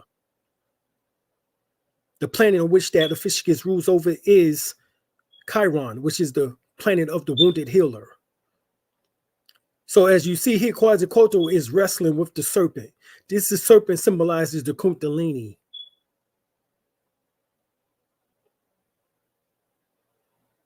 The Kundalini every 20 some odd days. All right, this is the reason why it says 20-day sign. Every 20 some odd days, the Kundalini is to raise up and return the atom seed, the seed atom as it is called, the chrism, Christ, the Christ, back up into the heavens, to ascend Christ back up into the heavens every 20 some odd days. when your sun sign is in your moon. So when the sun sign is in the moon sign, so when Aries is in the moon sign, when Taurus is in the moon sign, all right, every 20 some odd days, you produce, your pineal gland and your pituitary gland produce this honey elixir called milk and honey, the land of milk and honey. And it produces this chemical in which that get lodged into your solar plexus. And your Kundalini is supposed to resurrect this chemical back up into the pineal gland, back up into the third ventricle, back into the heavens, to sit on the right-hand side. In other words, it helps to activate the right hemisphere of the brain and make you more creative. This is the metaphysics of this Jesus Christ story. Okay? Now, the serpent monument is the largest in the world. The serpent with 7 curves on his body and coiled around the fiery red lion symbolizes the serpent emanating from the solar spirit. In other words, the solar plexus. This is what we're talking about. Constitute the image of Servan, a creator god found in the ancient religion of Mithra, and a serpent with 7 coils. The 7 coils is talking about the 7 chakras or shinkaras or ritus or the daughters of Ra, the souls of Ra, it is called, or the souls of Heru, the 7 daughters of Heru. The 7 coils was pictured wrapped around a cosmic egg.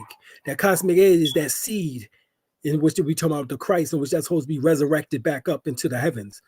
Around the cosmic egg of the Greek Orpheus, the shadows of a serpent composed of 7 triangles is worshipped by the Mayan people, the Olmec people that is, as it slithers down the steps of the temple of Quetzalcoatl, the plumed serpent at Chichen Itza, Mexico, during the spring and the fall equinox. This is the reason why we showed you that during the fall equinox, we had who? What does it say? Let's look at it again. All right, let's look at it. We showed you that Quetzalcoatl is during the time of the cardinal. Here it is. He is connected, some say, with the cardinal points and where's the signal of the cross, which symbolizes them. Right? So we talking about the cross, we talking about the 4 directions: north, south, east, and west. We're talking about summer, spring, summer, fall, winter. Okay. So we're talking about the 2 equinox and the 2 solstice. We're now in the spring, in the summer, in the winter solstice, when the sun buries itself in the heavens, in the tomb, in the sepulchre for 3 days and 3 nights, and then resurrects on the 25th day, December the 25th. So on December the 22nd, which is the day, all right, 2 days ago, during the winter solstice began, the sun is at its lowest point in the sky, is in the tomb, is in the sepulchre. Tomorrow, the sun will begin to resurrect after 3 days and 3 nights in the tomb, in the sepulchre. All right? This is what this is all talking about. And the same thing is in fall, when we just seen when Quetzalcoatl was right here. Let's see. It's talking about during the fall time too.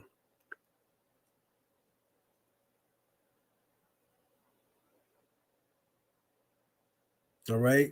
Well, I read it earlier. Hopefully, y'all see it.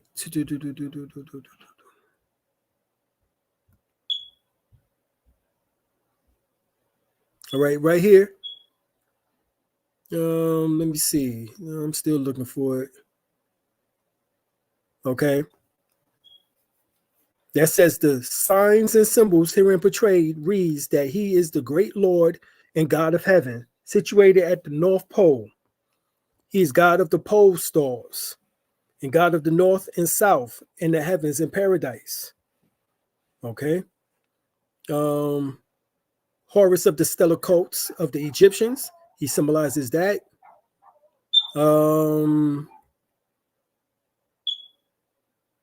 Here it is.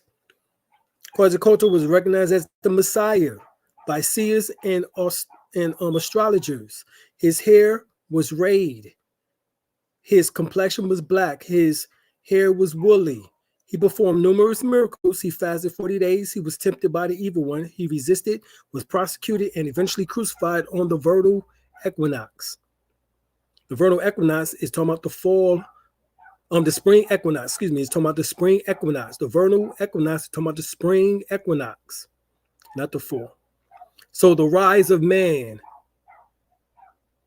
the resurrection of man. So this is during the time of, I'm glad I went back and corrected that.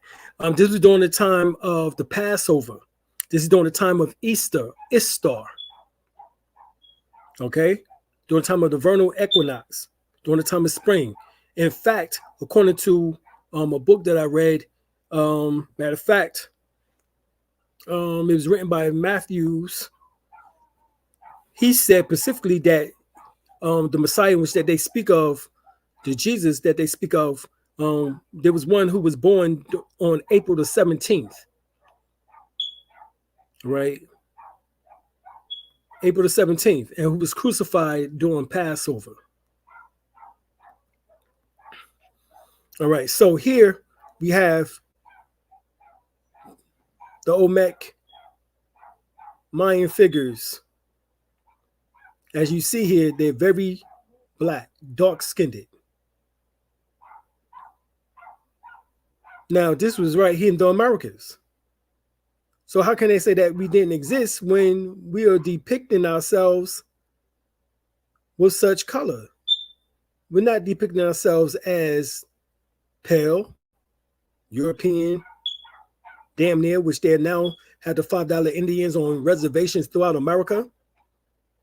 Talking about they're the Indians, and they only got down 3% Cherokee or 3% Choctaw, 3%, whatever the case is. But yet they make sure that we don't get in those federalized zones to receive monies, to have casinos and those types of things, which is fine. We don't need your recognition. We know who we are now. We know who we are now. So here's some of these conquistadors killed the Native American people as well. Here's the occult origin of the name America.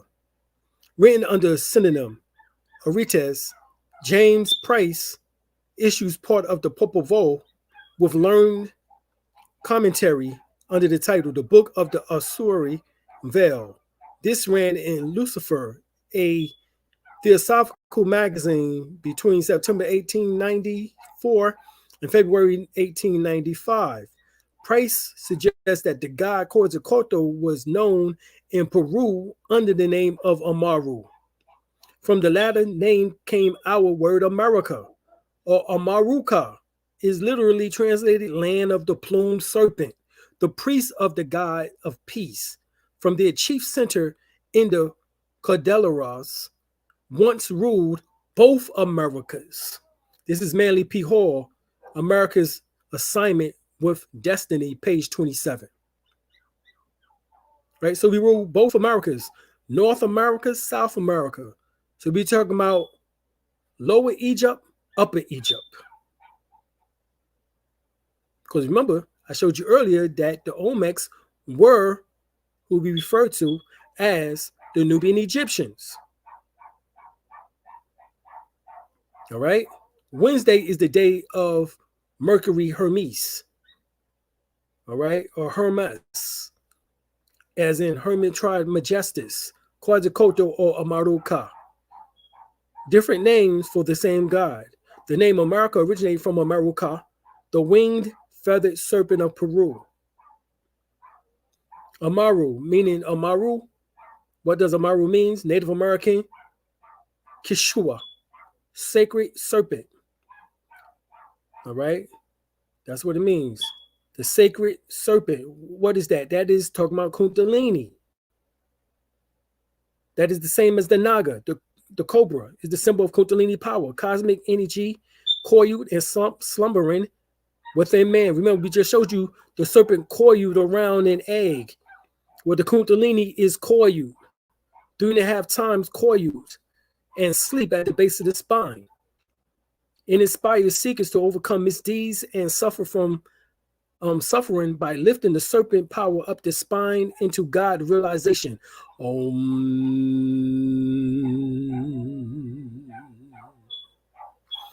right, this is what we're talking about. So the 7-headed serpents found in every ancient culture. This is the ancient mysteries that was brought into these various countries. Kemet, as you see, 7 serpents on top of their head, symbolizing the resurrection. Mexico, the 7 serpents. India, the Buddha with the 7 serpents. All this is talking about the activation of the chakra system. The Kundalini up through the 7 chakras.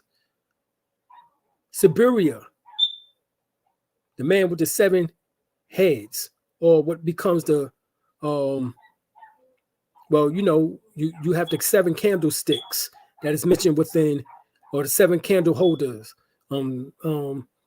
within the Kenora, as it is called, if I said that correctly, menorah, within the Jewish, and also within Kwanzaa, which is the day after tomorrow, you have to put the 7 candles. All of these things are symbolic to the 7 chakras, which they don't tell you. America, or America, actually meant land of the wind. Hold up, who's the god of the wind?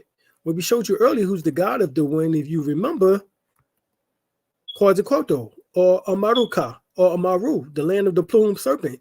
He's the god of wind. He's the god of air. Quetzalcoatl, who is YAH-SHU, as in bless you, as in when you sneeze, chew, the breath of life.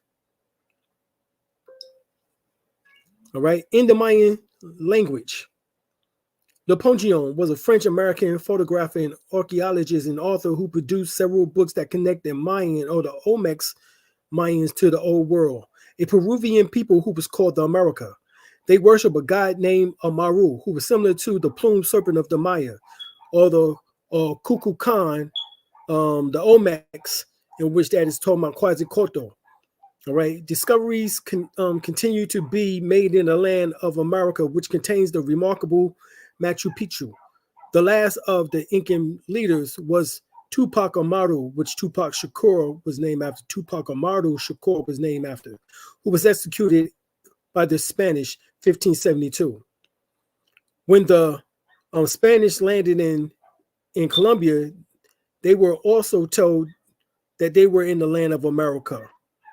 It would not be incorrect to assume that this was a wide-ranging area that held a group of, in other words, when Americo Vespucci, as they call him, his name was Alberto Vespucci, when he came here, he took on the name of Americos Vespucci.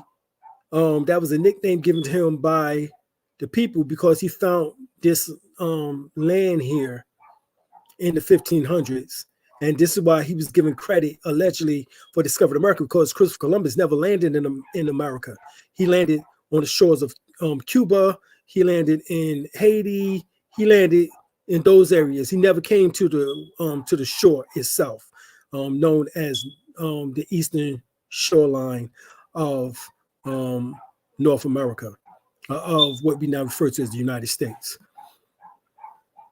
All right. All right, here, the secret teachings of all ages. We talked about some of this earlier by Manly P. Hall. This is what he says. The Red Children of the Sun, written by James Morgan Price.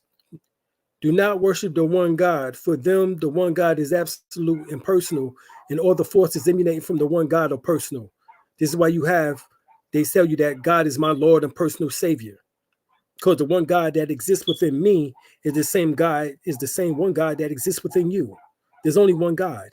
There's only one spark of life embedded inside of your body, in which that is emanating from your pineal gland, is called your soul, which is immortal, everlasting, forever, eternal. The same attributes in which that you give God, because God breathed his breath of life into man's nostrils and made man a living soul. In other words, he made man soul, or the light spark of God inside of man, which is called soul, solar, light, that spark of light. All right. Now, it says this is the exact reverse of the popular Western conception of a personal God and personal working forces in nature. Decide for yourself which of these beliefs is more philosophical. These children of the sun adorn the plumed serpent, who is the messenger of the sun. He was the god Quetzalcoatl in Mexico, Cucumas in Kishi, and in Peru he was called Amaru. From the later name came our word America. America is literally translated the land of the plumed serpent. The priest of the god of peace from their chief center is the Cordillera, once ruled both Americas, as we just talked about. All the red men who have remained true to the ancient religion is still under their sway. One of their strong centers was in Guatemala, and of their order was the author of the book called Popovo. In the Kish tongue, Gucumas is the equivalent of the Quetzalcoatl. In the Nahuatl language, Quetzal, the bird of paradise, Coatl, serpent, the serpent veil and plume of the paradise bird. Get this book, Alpha, The Secrets of the Architect, by Abeydia and Charney. Thanks to the faithful, this continent has the name of Amaruka. Even before the settlers of Hebrew origin, those who came from the north of Europe, these settlers who were from the other clan were scattered in the rest of Europe with the backing of snow, called the western continent Amarukos, which is explained by Amazik as the land of God, which is divided as follow: Amor, land. Amor means land. This is why more and land are synonymous in the Black's Law Dictionary. Okosh means ancient divinity. Generally, the ancient inhabitants of North Africa of Hebrew origin had limited to the expression or our, or war, or where, to designate a specific place such as Quato or Orosatset, Alfella, or Oragula, all right, etc. Besides, we observe from a geographic point of view of Mediterranean area that these Hebrew barbers used the feminine prefix ta to name a country or a place. Thus, the word Amor is a rare expression limited in use to course of Hebrew lands and given by these settlers who were named the Iberian Nosins or Baranese, which is currently being under the name of the Ferenese, which are located in France, Spain. In fact, Americos or America means land of spirit, land of idea, land of angels. In other words, land of angels. Moreover, Kosh or Kush was converted to Zos. Hence, the Dios of Greek equals spirit. So Kosh is Kush, y'all. Kush. And Kush is black. Let's get that straight. All right. So I'm going to end here. Y'all should have that science now. All right. Matter of fact, I got just a couple more slides. Let's get to that. So equals eagle in Scandinavian, moon, Luna, and thing, Luna in Vietnamese, Ami. Beloved, Latin, Afric, German, eagle, German, eagle rule, Scandinavian, and rain, Japanese. Amir, ever powerful in battle. German, prince, ruler, or commander. Arabic, top, treetop. Hebrew. Ka, the equivalent to Ka, the eternal creative spirit, energy, ancient Kemet. Ika, Ika, the light, Greek, Hungarian. Mary, most beloved, ancient Kemet. Re equals king in Irish, Gaelic. Reign, Japanese. Transcendent of the physical, Japanese. And singer, Indian. We can classify the various meanings by the principles that share America as America, America, America, or significance of energy of eternal strength, power, leadership, beloved, and generative spirit. Sacred etymology is an approach to divide the word meaning of the word through a unconventional interdisciplinary analyzing or analyzation. So here we have the god of the north, who was called Xiamen. Xiamen, as in she, the people, the Olmecs, and Amin, as in America, America. America becomes America. Maruka, associated with richness and abundance. This was the god in the north, or north of Maxim, what we now call, this is also another god in which that was in the form of Amaru, or Quetzalcoatl, with Xiamen. All right.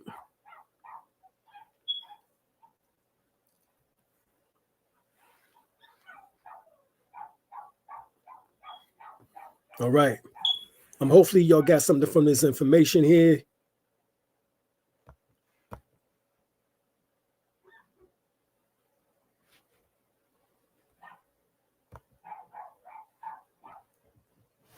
All right. Okay, let's go to the questions. I see some questions here. So let's answer them. All right. Let me come down to some questions. One. All right.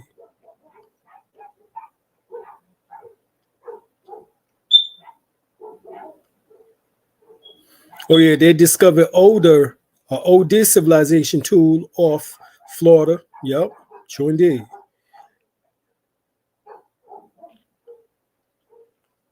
All right.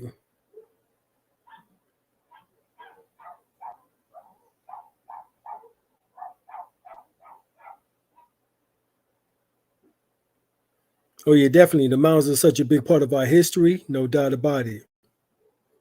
So who are they that dug the mounds, y'all? Washington, Demania, Washington. That's right, brother. Bay. All right. Quetzalcoatl was Aztec, Mayan god, not of a Meccan god. Wrong. The Olmecs say that they got their information from the Olmecs. The Mayans tell you that they got the information from the Olmecs. And there was no Aztecs without the Mayans and the Olmecs. Stop, Jasmine. You need to go do some research. I already gave the books that you can go and read. If you're not going to read them, stop with the ability to question me. Go and study, and then you come back and you can tell me if it's true or not. But please don't go into trying to tell me something and you haven't even studied. Quetzalcoatl was not Aztec. Kukulkan was Aztec. All right. We talked about Verakasha. We talked about Kukulkan. We talked about Gukumas. We talked about Amaru. All of these are Quetzalcoatl. So I don't care what language that you're talking about, and I don't care about which tribe that you're talking about, whether it's Aztec, Mayan, Inca, Toltec, they're all talking about the same deity. And the oldest people in that area, the first civilization, Jasmine, you might have missed the information. I don't know if you did or not. Obviously you did. Well, I showed you the book by Michael Cole, which states the first civilization in the Americas was the Olmec civilization. The Mayan were not even there yet. All right. The Aztecs were not even there yet. All right. Even though they are their descendants, you are too. All right. Now, so what does it say that Negroes came from Africa? It didn't say. I'm reading you what they say that alleged Negroes came from, but I also read to you about Atlantis. And I showed you in Atlantis that they was where? That they came from, that they was in North America, South America, Europe. Also, I spoke about Asia and Africa. So we was worldwide people. Not a coincidence. All right. We was worldwide people. We weren't just in Africa. So people can stop with that just African stuff. All right. We had the royal bloodline in Europe. We had the royal bloodline in Africa and Pacific, in Ethiopia and Egypt. We had the royal bloodline here in the Americas. And we had the royal bloodline in Asia. And we are a byproduct of those royal bloodlines here and now in the Americas. Okay? Simple fact. Simple fact. All right? You need to study. Over here, barking. Yeah, the guy took out. Yeah. You here? Go get it. Oh. Yeah, that's why I have it here. All right, natives is not the same as indigenous. Oh, indeed. I believe I already said that. I said that we are indigenous people.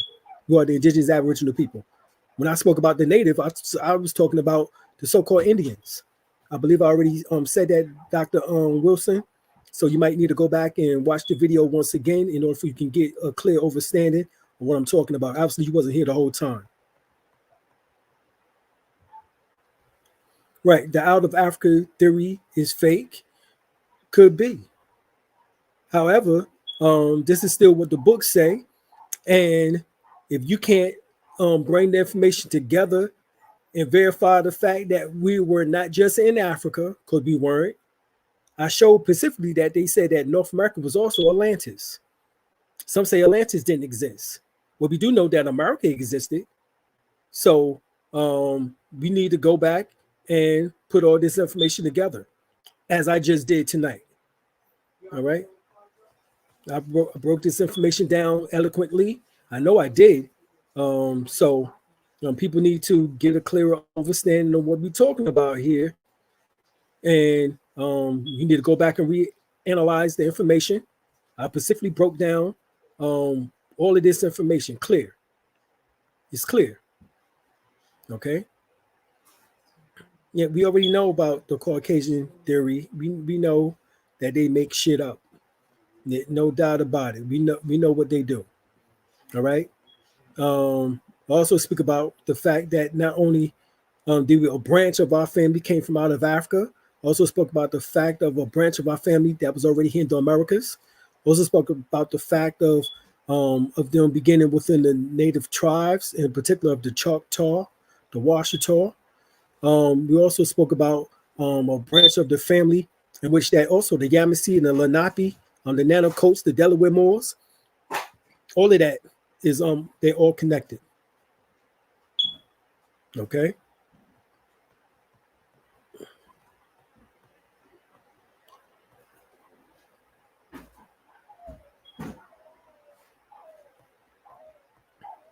And once again, I'm not promoting that we came from Africa. So if that's what you stuck on, take that shit somewhere else.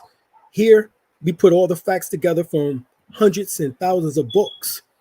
You either get it or you don't. All right. I spoke about the fact that there was Africans who came here, and they did, but also spoke about the fact of Americans, indigenous Aboriginal people who left from here and went into Africa. Okay. Spoke about that too. So go back and watch. You might not get everything that you needed to get. All right. We spoke about the fact that the first civilization was here in the Americas of the Olmecs. The Olmecs were the Atlanteans. All right. Who also went into Africa, who came from Africa. A branch of them came from Africa, because we was doing import and export with each other hundreds of thousands of years. You're not just Native American. Stop with that dumb shit. All right? Even Native Americans are not just Native Americans. Who you call Indians, and traditionally that you've seen them look as Indians, they're not just Indians from here, from America. Okay? They're Asian. They're African. All right? They got these various features in which that you can tell that their eyes are slanted. So therefore you know that they're Asian. They look like Korean. They look like Vietnamese. They look like these particular tribes. Okay? Simple. The Moors are the founders of civilization on the planet Earth. Bey just broke that shit down. In fact, this is what he says. Moors are the founders of civilization, first people on planet Earth, the great pyramid builders. Moorish science is the world's most ancient philosophy. The Moorish Empire is the world's first world order. Exactly. I wrote a whole book on it, on the first world order. All right. He says the Moors, Mormon, Aboriginals, Akibalans, inhabitants of Africa, copper tone, native, branch, blacks, so-called Negroes. Right. As well as also Atlanteans, indigenous Americans, right here in the Americas, which dates back during import and export with each other over 100,000 years ago. I spoke about Paul Barton, in which that says that specifically, that we did import and export with each other over 100,000 years ago. Okay? That was before the Olmecs. I spoke about the fact that there was so-called blacks, Moors here before the Olmec civilization. We was already here. I believe I spoke about that already. I spoke about that in many other videos, as well as also in the beginning of this video. If you missed it, take your behind back and go and watch it.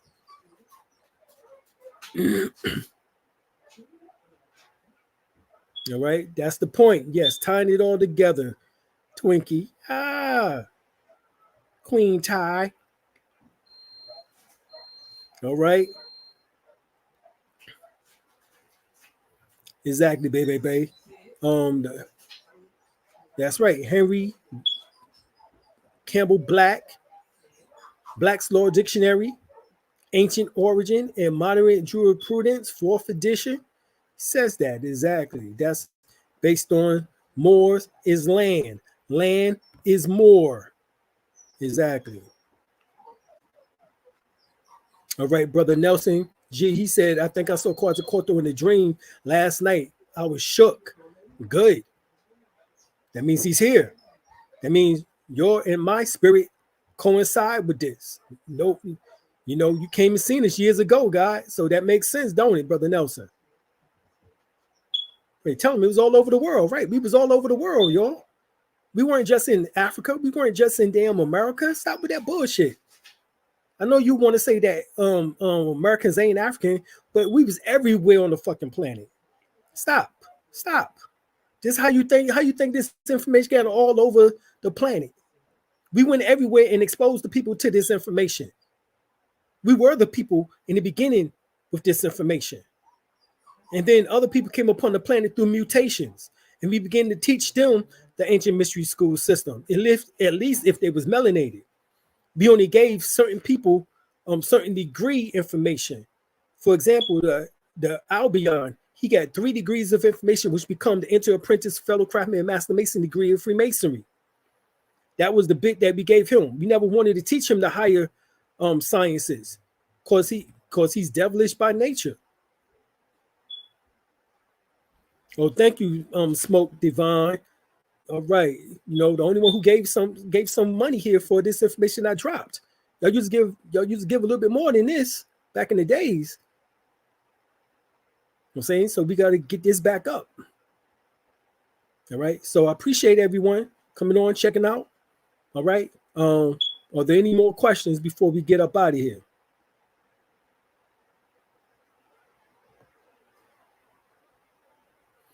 All right, so what is the meaning of the 3 days after the winter solstice? After the winter solstice. Well, remember, we had 12 days of Christmas, my true love gave to me. So that was after, that was part, the 3 days is actually part of the 12 days of Christmas, right? That take us into what is known as the new year. Really what that is talking about the activation of the 12 pair of cranial nerves in the brain, in which that becomes illuminated and impinge a white light from the pituitary gland and shines it onto the pineal gland, and which that produce this Christ-like substance, in which that get lodged into the solar plexus and wait for the Kundalini every month to resurrect the Christ back into the heavens or back to the pineal and pituitary glands to nurture your body with this divine radiant substance of light. Okay, this is what this is talking about here. So that's really the science of the 3 days after the winter solstice. And really it would be the 3 days before the winter solstice and the 12 days of Christmas. All right, starting from what we call December the 25th, 26th, 27th, 28th, 29th, 30th, 31st, then first, second, third, fourth, fifth, sixth day, all the way to January the 6th, which is the time of what is called the Epiphany celebration. All right, January the 6th becomes the Epiphany celebration. And once again, that is all symbolic to this gland that we have here at the roof of our mouth called the Epiphany gland. So that is where the chrism or substance comes through from out the brain once it is made. That's the land of milk and honey, is talking about the pituitary gland and the pineal gland. Those two substances come together and form what is called chrism. The white substance, DMT, the HGH, and then the golden substance, which is DMT, to create what is known as the land of milk and honey. All right, that's what this is all symbolic to. Yes, America was the true old world. That's what we was talking about earlier, that the ancient Egyptians had an empire all over the world, according to the Holy Quran, Circle 7.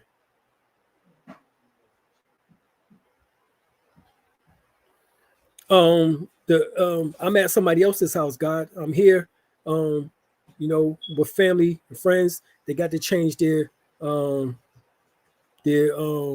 smoke detectors.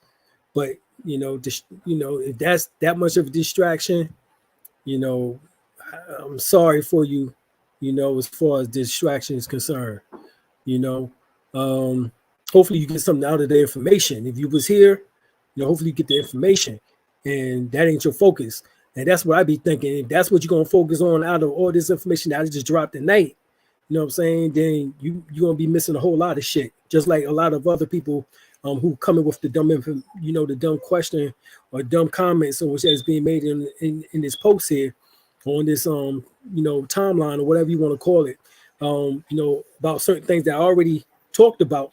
Not just in previous videos, but in the beginning of this video specifically, I already answered the question concerning the fact that we were not just in Africa, we were not just in America, we was all over the world.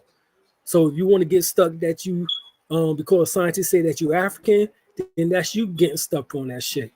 If you want to get stuck and say that you're just American, then that's you getting stuck on that shit. You know what I'm saying? We got ancestry in Australia. We got ancestry in the Pacific Islands. We got ancestry in Europe. We got ancestry in what they call the Middle East. In India, we got we was all over the fucking world. We ain't stay in one place. All right. I don't know what is going on with y'all in this concept. Listening to these dumbass scholars out here that don't have no real scholarship, got you thinking that you stayed, you know what I'm saying, in one place for the life of you on being on planet Earth. And you didn't stay here in one place. You didn't stay just in Africa. You branched out of Africa and went into other land masses. And according to the flat Earth theory, there's more land masses than the 7 continents to begin with. All right. So stop getting stuck. Oh, thank you, Brother Daniel. Appreciate that. Thank you for that for that monetary connection there. Appreciate my time tonight. I appreciate you on Supreme Renovation. Saeed, the nobles. So Ramses and his family were in Egypt over here, right? Yes. Ramses did not just stay in Egypt. The families of these particular divine families, some of them came here to the Americas, and they formed the Olmec civilization, according to the book in which that I showed, written by R.A. YAH-SHU-WEH. His book, Ramesses III, the father of the Americas. Okay. Once again, Ramesses III, the father of the ancient father of the father of ancient America. So Ramesses, the Egyptians, the Kemites. This is why when you read when you see the cover of my First World Order book, people ask me the question, well, why you got Egyptians on the cover? Because the Egyptians founded the first world, which is the first civilization here in the Americas, in which that you misnomer the Olmecs. They refer to themselves as the She people. And yes, and this is the reason why they found hieroglyphics in the Grand Canyon, in Arizona, in New York, in New Jersey, in Connecticut, amongst the Micmac tribe. Yes, they found hieroglyphics in these areas. There's no doubt about it. You can read the book called America BC by Barry Fell, Harvard University professor, years ago. He wrote the book called America. All right, America BC. Barry Fell, Fell. He speaks about how we spoke Egyptian. Phoenician is an aspect of Egyptian or Metronetia. Phoenician, y'all. And Phoenician produced Hebrew. Hebrew produced Arabic. So there's nothing more than scripts, or what is called the mother tongue, in which that comes from out of I would say Sydney and I tried to see the glyphs in the Grand Canyon, and we were stopped by the guards. They was preventing us from going to see it. Right. Twinkie wrote on Queen Ty, she wrote on Quantum Life. She said Sydney, her husband, and her tried to see the glyphs in the Grand Canyon, and we were stopped by the guards that was preventing us from going to see it. Exactly. Right. I read that the pyramids here are older than the pyramids in Egypt. Is that true? Well, some say that it is. In fact, Cahokia Mound is a pyramid, a step pyramid. All right. In Okmulgee, in Macon, Georgia, that is a large mound, just like in Cahokia Mound out of Illinois, northern Illinois, going into Chicago, right outside of East Missouri, right outside of St. Louis. All right. And yes, it is said that some of the pyramids here are older than the ones in Mexico. I mean, in Egypt. So they say the ones in Egypt are 4,000 years old. All right. So you get the book, as I spoke about earlier. This book here, let's see.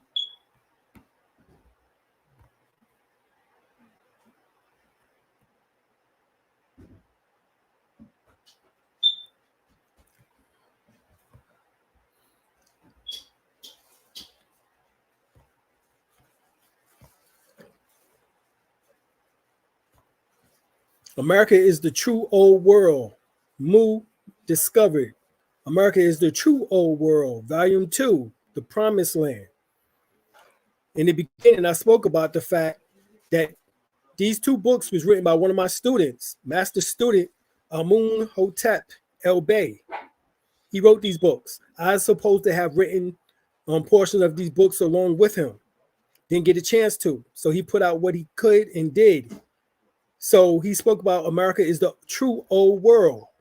I did a video on this same subject. You can look up the video on my channel. Okay.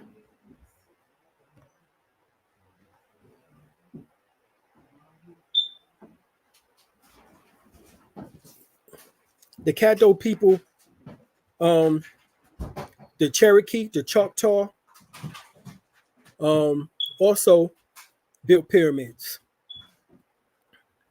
There was the YAH-SHU-WEH. So the Caddo people, if they made some mounds, then that means that they were descendants of the Olmecs, or one of the so-called 5 civilized tribes. In particular, it had to be the earliest ones, which was the Cherokee and the Choctaw. To be the true Israel, some say that it is. We're still collecting more information on that. But we have to come with true information, knowledge. I spoke about how Atlantis is America. Atlantis, deity Tahuti, came from here, from the Americas, and the information got taken into Egypt. All right. And how we know that is because also we find certain foods, which these two books speak about, that was taken from here into into Africa, such as the peanut, such as corn, maize as it's called, such as tobacco, such as cocaine. All of these was taken into Africa from here, from the Americas. So we was doing import and export with each other, like I said, over 100,000 years ago. This is nothing new. All right. And the book that you can get, once again, is written by Paul Barton. Let's get to it right quick. Paul Barton book. But before I show you that, let's go back because some of y'all missed this part right here.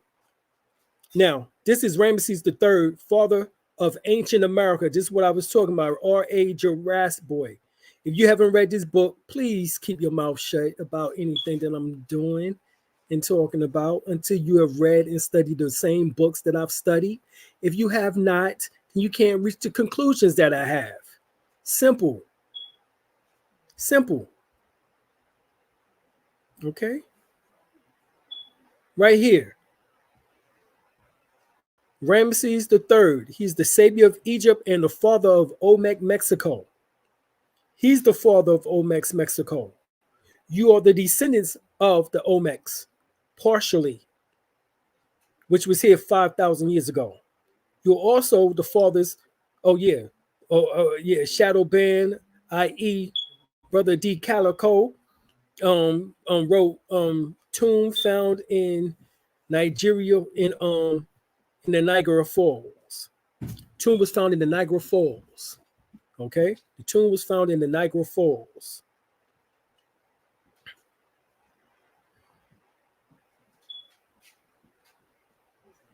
All right. Shadow Band. What type of tomb was it? Was it an Egyptian tomb or what type of tomb they say it was? Did they make mention of? Being that it's called Nigeria, I would think that it was a Negro fall or a Negro tomb, I should say. All right, yeah, YAH-SHU-WEH River, no doubt. You grew up near the YAH-SHU-WEH River? All right, that's what I'm talking about. Silent Sword. Oh, and another good book, Said the Noble wrote another good book too, is Ramesses II and His Time, which is by Emmanuel Velaskowski. All right. Oh, thank you, Queen Ty. Oh, Twinkie up in the building, handing out a little something. All right.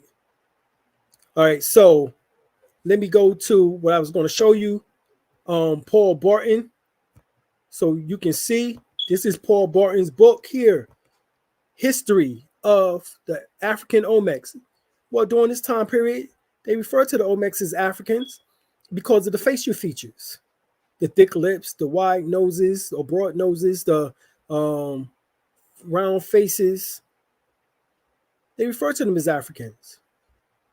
But did they have to come from Africa? No. We also know them as the Atlanteans. As I read that they came from out of Atlantis. They was in North America.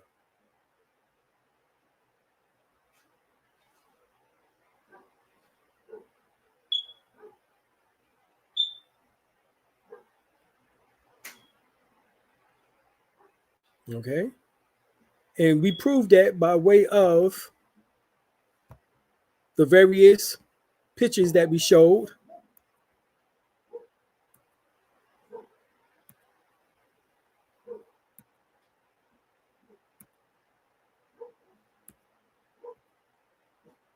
So once again, America's first civilization.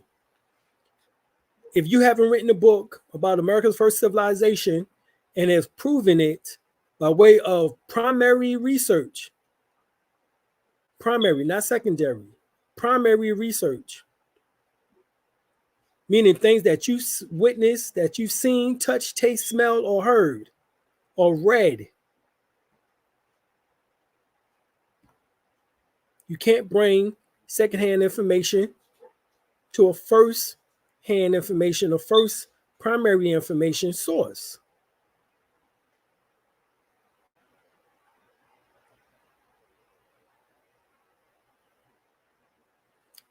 Okay, Dr. York said that the Shang dynasty in the 4th century came to America. There you go. And they are your Mayan, Aztec, and Native Americans. Exactly. You can tell by their hair, right? Native Americans have the same hair as Asians. Exactly. Exactly. And I spoke about that. Came 429 through 479 AD.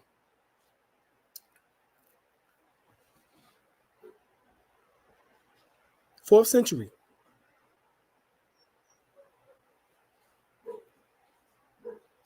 During that time period.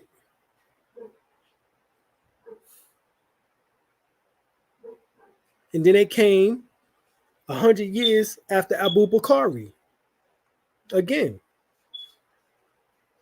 But this is when they came. But guess what? By the time that they came in 429 through 479 AD, we was already here. The Olmecs was already here. And they mixed in with the indigenous aboriginal people who was already here. All right? We already talked about Albert Goodyear, South Carolina University professor, specifically wrote and said that we was here 50,000 years ago in North America. And Shadow Band, the guide D. Calico just wrote, Australian Asians came to South America 50,000 years ago. Yeah, and even then, the Australian Asians are nothing more than the Australians, the Aborigines, who are what is now known as the Pacific Islanders.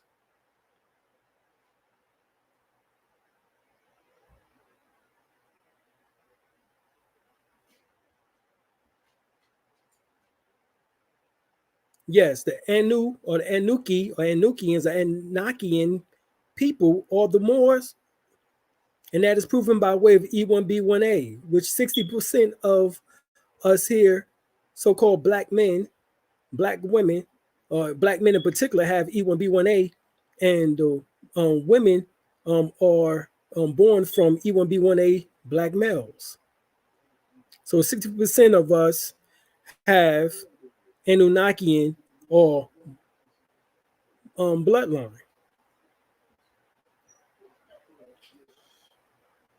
This is why they're afraid of us. This is why the world reverence us. On one hand, they're afraid of us, but everything that we do becomes a fad throughout the world. Who does that? I mean, come on. Who else does that? Rap music came from here. Gospel music came from here. Jazz music came from here. Blues came from here. Okay? They came from here. The various dances came from here. Everything from body talk to the WAP to the running man to, I can go on and break dancing, popping, locking, up rocking came from here. Graffiti came from here. DJing came from here.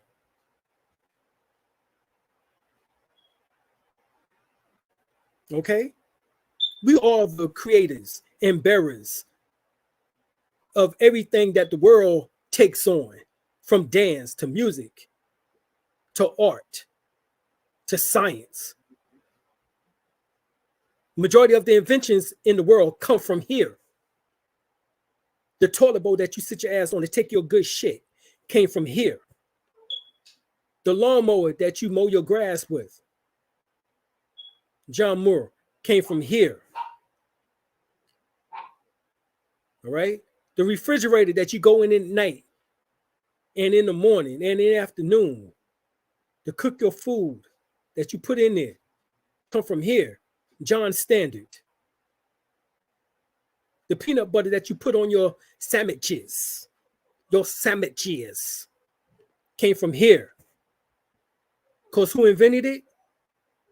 George Washington Carver. The traffic light that you stop to run, that you race into a damn red light and you have to stop at the red light, came from here. Garrett Morgan. Do I need to keep going on and on? You are the Anunnakians. You create every goddamn thing. Everybody else just steal and take from you. What did the red man, as they say, the Indians make? Right, the light bulb. Granville T. Woods and Lewis Lattimore. Lewis Lattimore made the light bulb. The telephone system came from Granville T. Woods. Lewis Lattimore came from here. The elevator came from here. But this is inventions that went all over the fucking world. And the people who invented it died. And the Albion took credit. But go and look up the patterns for all of this information. Right, they're always biting my style. Exactly, Ultra Instinct.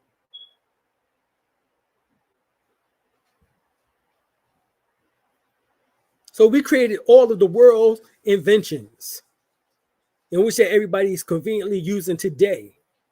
The cell phone came from Henry Sampson. The internet that our asses are on right now came from Philip Emuwali, the supercomputer that he built years ago.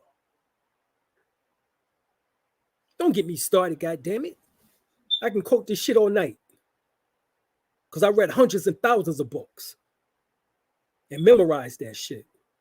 Right, the greatest actors, singers, athletes, scholars, etc. Thank you, Shadow Band. Came from where? Came from here. We are the gods. We are the Amurakans, the Quetzalcoatls, the Jesus, the Christ. That's us on a large scale.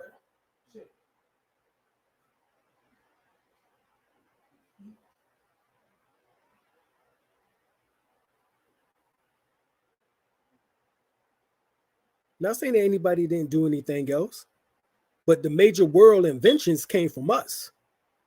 And that's a fact. You build buildings, but in order to get up them goddamn stairs without having to damn near die from loss of breath, you got an elevator in there. And the elevator came from us.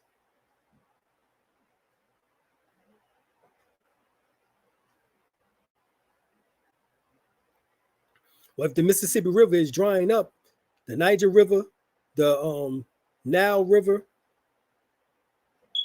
we drudged those rivers. We drudged the Nile River. We drudged the Mississippi River. We drudged the Niger River. In other words, we made those rivers for import and export.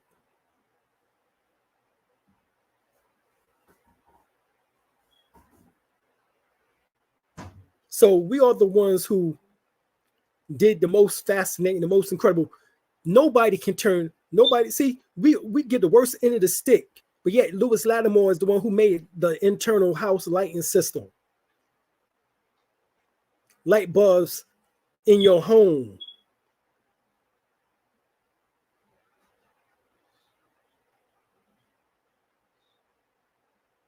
We did these things.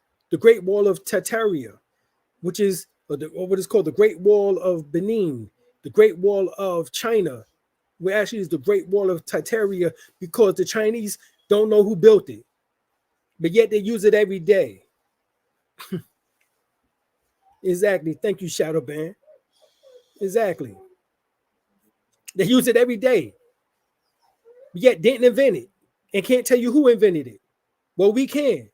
The Tartarian, the Moorish Tartarian Moors. The Tartarian Moors created the Great Wall. Of course, the Great Wall of Benin, you know, that's in Africa, y'all. I know you don't want to think that you invented anything in Africa either, because you're just American. I invented every goddamn thing on the fucking planet. The hell is wrong with you, accepting that you only created and always in one goddamn place at one time? Huh?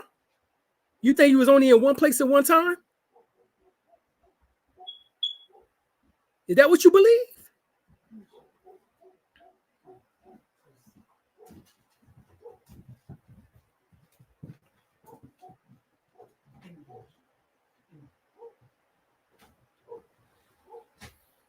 So hello, how can I empower my land when the degradation of self?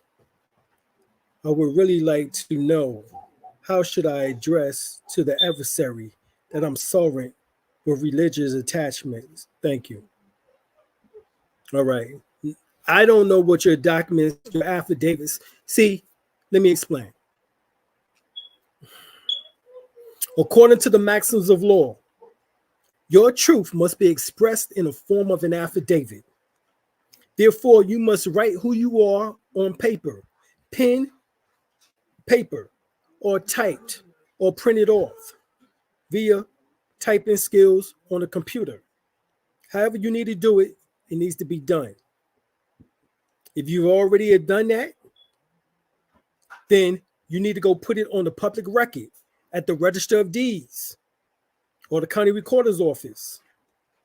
They might tell you that you need to go to the circuit court or either to what is known as the civil filing section of Superior Court. Wherever you need to go, put your documents on the public record. Once they're on the public record, you keep a copy for yourself in your automobile or car. Okay.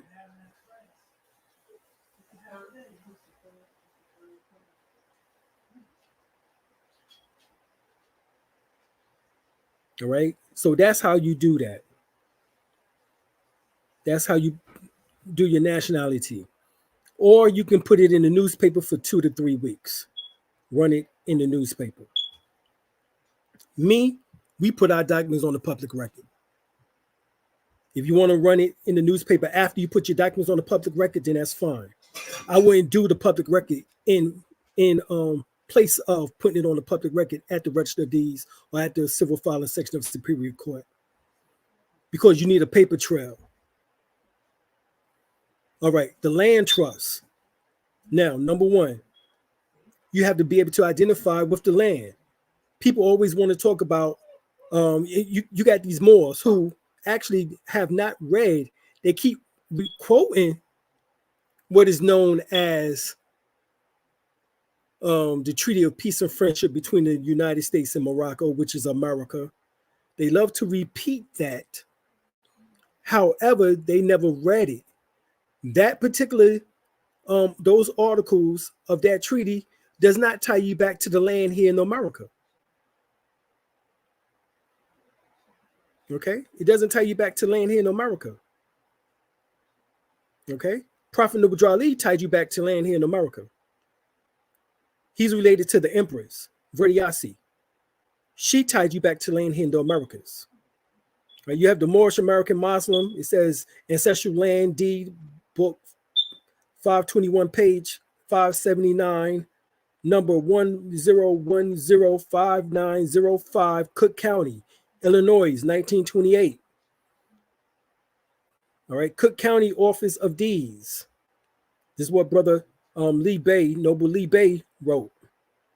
All right, understand that you also need page or chapter, rather, chapter 47 in the Holy Quran, Circle 7, give you the leaps and bounds, the meets and bounds, or the acreage of your earthly kingdom. Okay? Yeah, key code word, a Kibalan. Right. Keep your land. Right. Keep your land. Exactly, baby. Yeah, you want to keep your land? Keyword for keep a line. All right.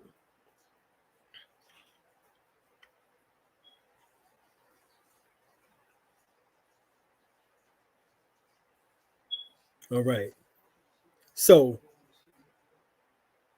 once you have, right, land of the Keb or Geb, exactly, land of Keb or Geb, which Geb itself means land. Exactly. Thank you, Shadow Band. Right, and Al-Murak, or Al-Muraka, which we just broke down, is America. Amaruka is Amen Raka. Amen. What you say at the end of your prayers. Amen. Amen Raka. All right. That was another name for Quetzalcoatl. Is Amaru. So we are in the land of the God in which that we acknowledged as the Olmecs, not the Mayans. The Mayans today are Asian-looking people. You refer to the Mexicans now.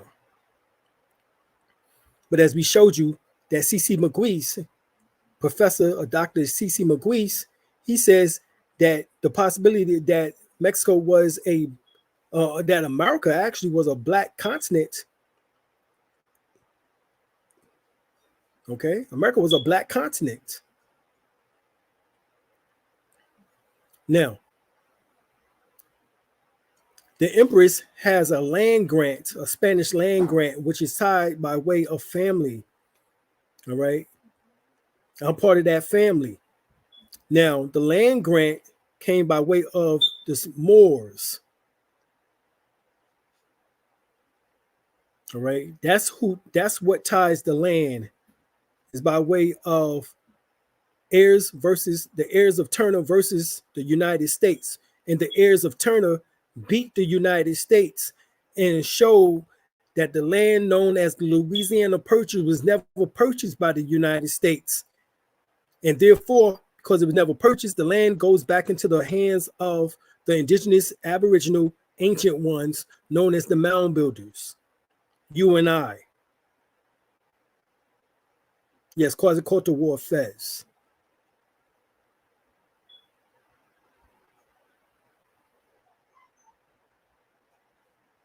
The Sumerian deities, the Sumerian kings, and royal officials wore fez. Africans wear fez. The Nez Perce tribe of Native Americans wear fezzes.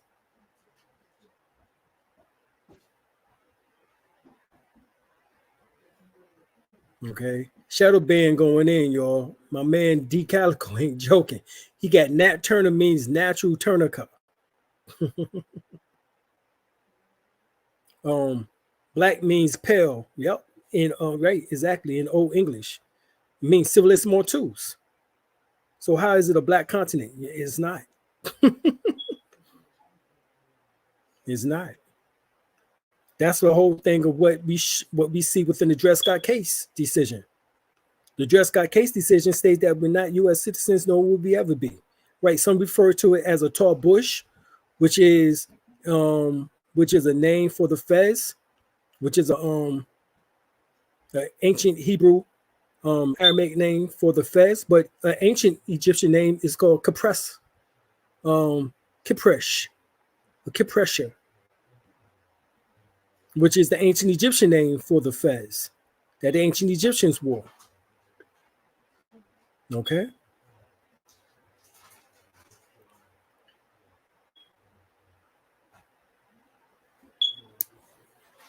And if we are Turnica, then an attorney would be the opposite of us, because we are now turning the land back over to us as the Turnica family, and attorneys are attempting to keep the land turned over to the Albion. So our, caprice, right? Or caprice, or caprice. Yes. Capri is the way that is the dung beetle. But caprice is KHEPHES H.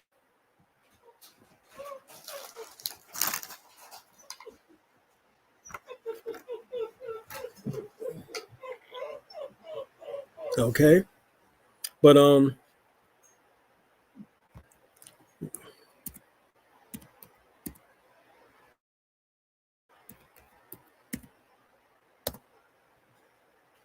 here you go, God. This is how you spell it. Caprice. The ancient Egyptian name for a fez.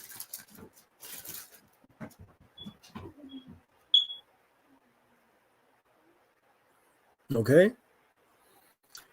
So right, those who had patterns stolen, some would have been able to gain their freedom if they was valuable to the town. They need signatures to stay. Up to 20 or more whites.